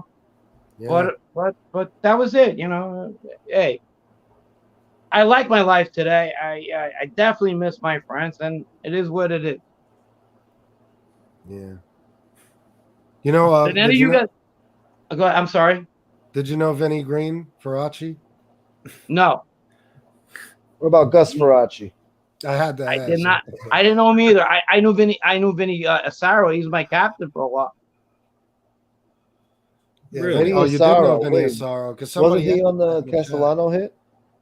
Vinny Asaro? No, my bad. He There's was at another the guy. Bronze. There's another guy with an A at the end of his Vinny name. Vinny Artuso. Artuso, Who's yeah. that? My bad. No, I don't know. I do know the Gambino guys that I did know was Frank. I knew Frank Cali. Dominic Wow. Sheffield was like family to me. Not What no was- more, obviously. What was Frank Cali like? I heard he was quiet, serious guy. No, he had a little bit of an asshole streak to him, but it was a good one. He wasn't bad. I mean, I met him for the first time. So, are you familiar with 18th Avenue? In Brooklyn? Bensonhurst, yeah, Bensonhurst, yeah. Yeah, That's so- where Sammy's from. Yeah. So they used to have this like soccer tournament for the St. Rosalia Feast, and I didn't meet him. I seen him for the first time, and he had this. All these guys used to pick a team, all the gangsters, and he had this one team, and he had this one African kid that was playing for him, and he took his shirt off after he got a bad call. So Frank comes out of nowhere and just shoves the kid and knocks him on his ass. I'm like, look at that shit. He picked a spot. You know what I mean? But yeah, it was a bad first encounter, and I didn't know him really well. The second time I met him was on Cooper by McDonald's by Bobby Glass's place, Yeah. and I walked in, and Dominic was like, "Come here, sit down with us. This is Frank," and he introduced him. So he goes, "This is so and so's nephew," and he goes, "Well, say hi to your cousin." He goes, "Because my cousin was married to his wife. They were first cousins, whatever." So I met him like that. Dominic Chapelou introduced me to him. He was cool. And that was the only interaction I had with him. This is I'm learning a lot. These fucking stories are fantastic. Well, you lived on 81st. This happened on 70th and Cooper by McDonald's. Yeah. Right. Yeah, I got you. I don't know. I think I met every boss in my time. Like I've told Jeff before I met Barney.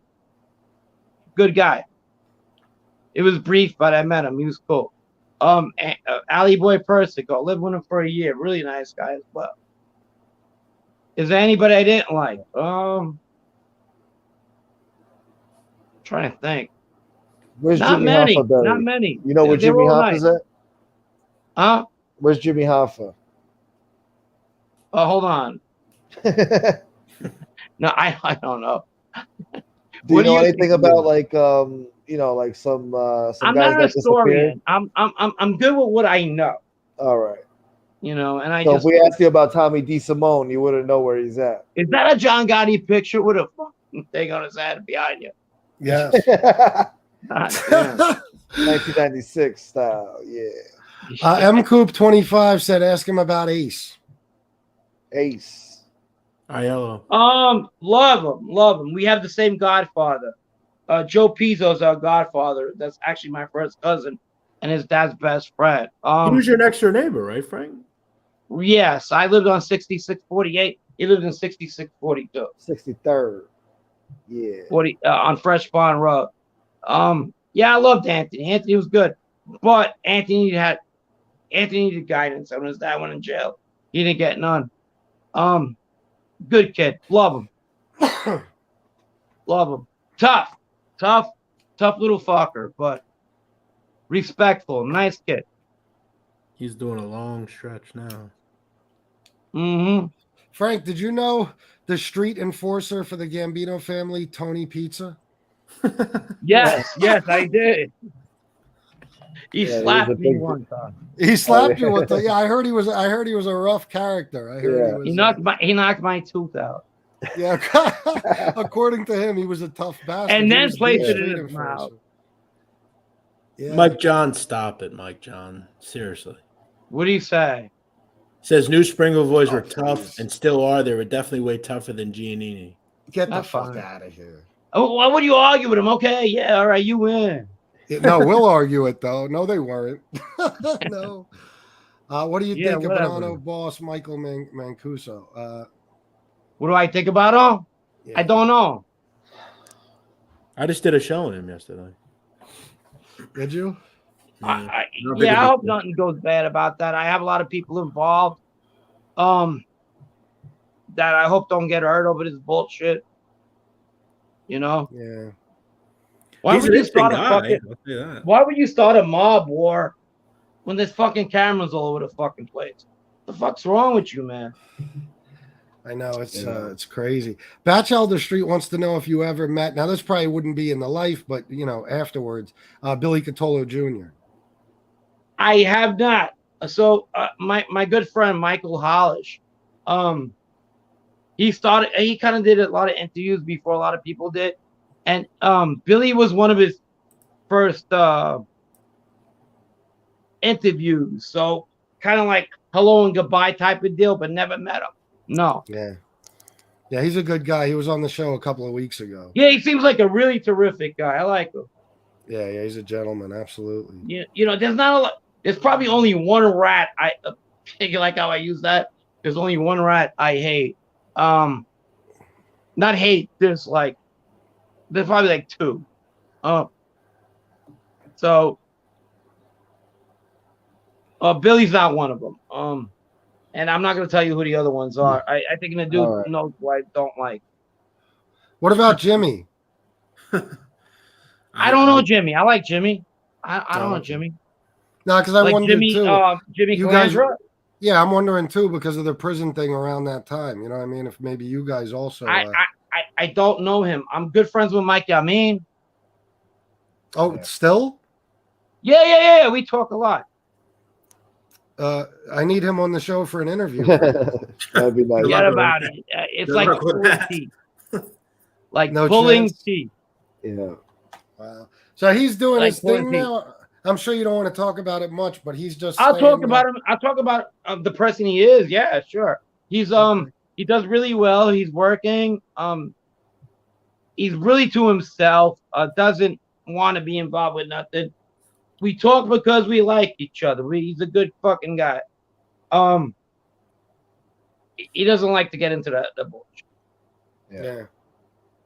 So did you know him on the street? Because he obviously was a Brooklyn. No. I met him in jail. Oh, okay.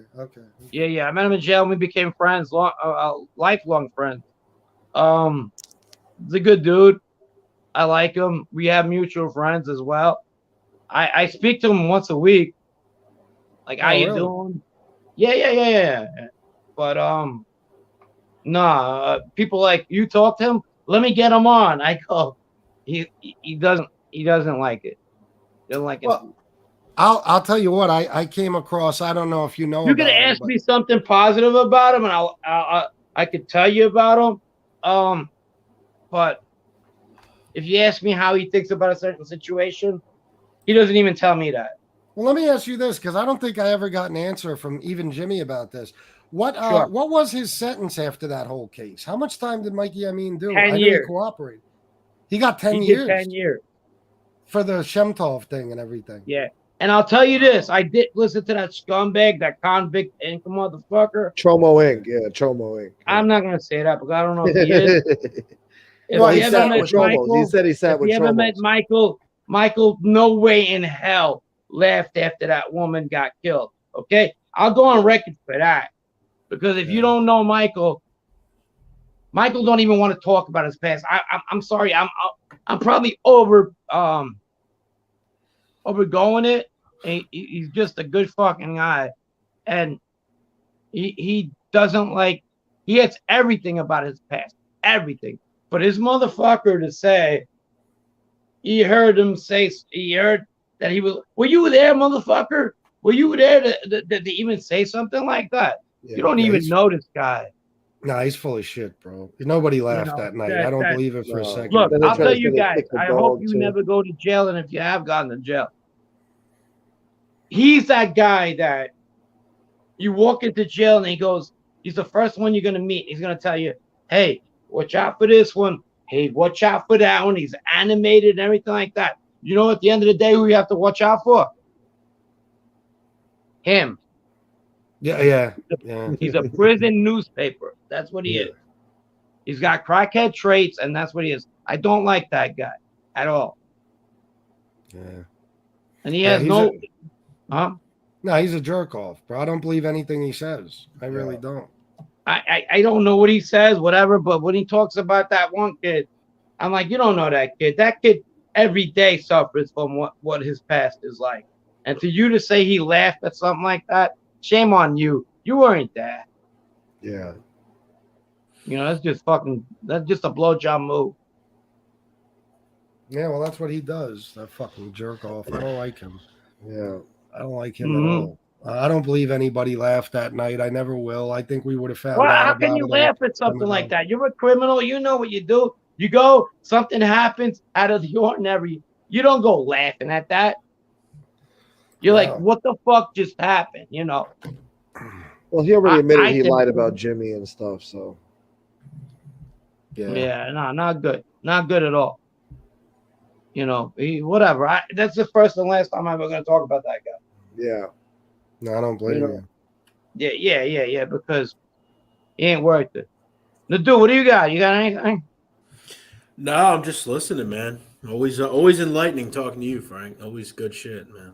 Right. So I'm gonna have a little something. So we're gonna have this Nat Geo thing, and then after that, whatever the topic is or the whatever, and we're gonna have a guest on after for 30 minutes or 40 minutes, and listen up on that one. And you guys are more than welcome to come on as well. Okay. I like you guys. Sounds good. Thank you. Yeah, and listen, you're welcome on this show anytime. Just keep it mild, all right? No doubt. No, we'll talk like we are now. This was good. I appreciate you coming on. This was really This was awesome. awesome. I like you guys a lot. I do. Keep doing what you're doing. And give this guy money. He deserves it. He don't work for nothing. Yeah. Thanks, bro. I appreciate you. All four of them, whatever. Thank you, brother. All four. Including you. Night, yeah. All right, brother. Take Talk care. to I you love soon, you guys. Frank. Be good. Good Be talking good. to you. Yep. All right. Bye, bro. That was awesome, Jeff. Thank you. Thank you. Yeah. Frank's an interesting guy, man. A lot of interesting stories, man. Yeah, really. Yeah, he's got a lot to. I mean, just the history of everything he's been through and the people he's met, been locked up with, and everything else. That's why I said we could ask him questions for 3 days. You know what I mean? Yeah. Yeah, I remember when I talked to him. Like I thought I could sit there for 3 hours and go through his story. Like I've said, I think, and I've told him, I think he needs to do some sort of, like some sort of 3-part series, like just going through the Giannini crew. And look, because some of those guys, are in jail. Some of those guys are made. Some of those guys informed. Like they all went different ways, And it's interesting. Fascinating fucking story, bro. Yeah. That farm team, bro. Like, oh my God, brutal, vicious. Yeah, really. Oh, you don't know much about the Giannini I don't know crew? about the Giannini crew. You're like, I love the Giannini crew. I'm like, I never heard of these motherfuckers. Like, did you? And you're a Queens guy too. I'm not trying to. I've heard the last name, but I don't know. The Giannini crew were like lighting motherfuckers on fire. Like, yeah, bro. Like they were brutal, bro. I'm not trying to pump up my own channel, but I did a show on Vito Guzzo. I mean, if you'd ever watch any of them, just watch that or the Anthony Aiello one, Paul Ragusa, Frank. I mean, there's a story. One time, one of the guys, John Clemenza, found out his girl was pregnant. He hired somebody to shoot her on a subway track. I mean, just wow, very brutal individual. Yeah, sick fuck. Yeah, man, they didn't play fucking games. Looking, Gunsmoke, look up some stories about the Giannini crew. See the type of shit they were into. I mean, major fucking drug trafficking, arson, shootings, murder. You fucking name it, bro. They were a vicious bunch. And they would rob banks 3-4 times, the same one. They'll rob the same one. They said rob it again. Jesus. They didn't give a shit. Talk about abuse. But that story he's talking about lighting the guys on fire. Yeah. They'll just walk up, shoot you in the head. So who was tougher, the Bath Avenue crew or the Giannini crew? Listen, I'll put Vito up against anybody. I'd put Vito up against probably. And look, I don't know Vito, but from stuff I've read, I mean, from Frank, as mentioned, I mean, those guys. I mean, Vito was shot 11 times, survived 2 different times, 6 times, 5 times, survived. I mean, and told the doctors, don't. You stitched me up in the same place. I don't have scars. Like he didn't want all these scars. Like he was a lunatic. Yeah. Yeah, I would have to say out of the two, I think Jimmy would probably agree. I mean, who knows, but probably the Giannini crew, bro. I would say. Probably. And the thing about those guys, man, like Bath Avenue, they're killing each other. They kill. It's over dumb shit. The Giannini crew are killing people because they're not sharing enough money, or. And the thing about Giannini, Gunsmoke, is they didn't report to one family. Like Frank worked with Vito, Grimaldi, Bobby Glasses had a couple of guys. Baldo had a couple. Baldo ran the club. Baldo Amato, the club they ran out, Giannini Club. Yeah. And they had all sorts of different Colombo, Bonanno, Gambino, all sorts of different people. Nice. Yeah, they hung out at a Giannini Cafe, right? That's where they got the name in Ridgewood. Yeah. And see, the thing is, he was talking about Paul Ragusa. So Paul's sister Francesca owned Cafe Giannini, and she would lease it to Baldo. They lived down the street. And what Frank was talking about, all the kids like Ace Aiello, Ragusa, Frank, all their fathers or uncles were part of like the Pizza Connection. They were all jammed up for that. So the kids ended up not having fathers. They're all just hang together and they start becoming criminals. Yep. This guy's talking about the DeFeo family, about the Amityville murders. And then the family was hooked up with the mob, with the Genovese, I think, or whatever. Yeah, Jimmy Sorelli came on and talked a lot about that. He knows everything about that shit. Yeah. But listen, guys, 3 hours, bro. This has been awesome, but I got to end this shit. Jeff, thank you so much, bro. Yeah, I appreciate you coming on and bringing Frank on. That was fucking fantastic. Yeah, it was so random. I was just sitting here and he's like, hey, can I come on? I want to tell FBS and Gunsmoke. I said, yeah, I'm sure they'll let you to come on. That was awesome, man. Yeah. See, you never know who's watching, bro. He's never done that. Yeah. I'm grateful to him for that. This was a phenomenal show. So I'm gonna gave you some definitely content. I'm gonna definitely change the title to this and So all right, guys, listen, thank you both. Yeah, thank you for joining Gunsmoke. Thanks, Jeff. I appreciate you. Yeah, hopefully we'll do it again soon. Hey, Gunsmoke, good seeing you, man. Cheers. Good seeing you too, bro. All right, brother. All right, Jeff. All right, Gunsmoke the Dawn. What, were you just hopping up? I'm back. All right, what the fuck? I gotta just say, do you have any last words for the audience? Jesus Christ, Madonna, me, disgraziato. What the fuck? Hey, I'm rude. I'm sorry. I was looking at my phone most of the interview too. I'm sorry. Yeah, I know. I'm like, this guy, man. Yeah, I'm a fucking asshole. Gunsmoke is the least professional motherfucking person. We saw that. He keeps going off screen to smoke weed. I hear his lighter. No, man, my back hurts, man. Fuck. But anyway, listen, hit the like button, everybody. Do what you know. Thank you for watching. Thank you for everybody who was so kind enough to donate to me at FBS tonight. We appreciate it. What else? Thank you to Frank for calling in. And what else? And Nadu for hooking that up. Yeah, we're leaving with still over 200 people in the chat. Damn. Almost 1 in the morning. Yeah, I hope everybody hits the like button on their way out. Don't be afraid to use that super thanks button after the show. Oh, yeah. Don't forget about that. Yeah. And we will see you again soon. Yes, we will. Somewhere. Right, so thank you, everybody, for being here. We love you all. And until next time, salute.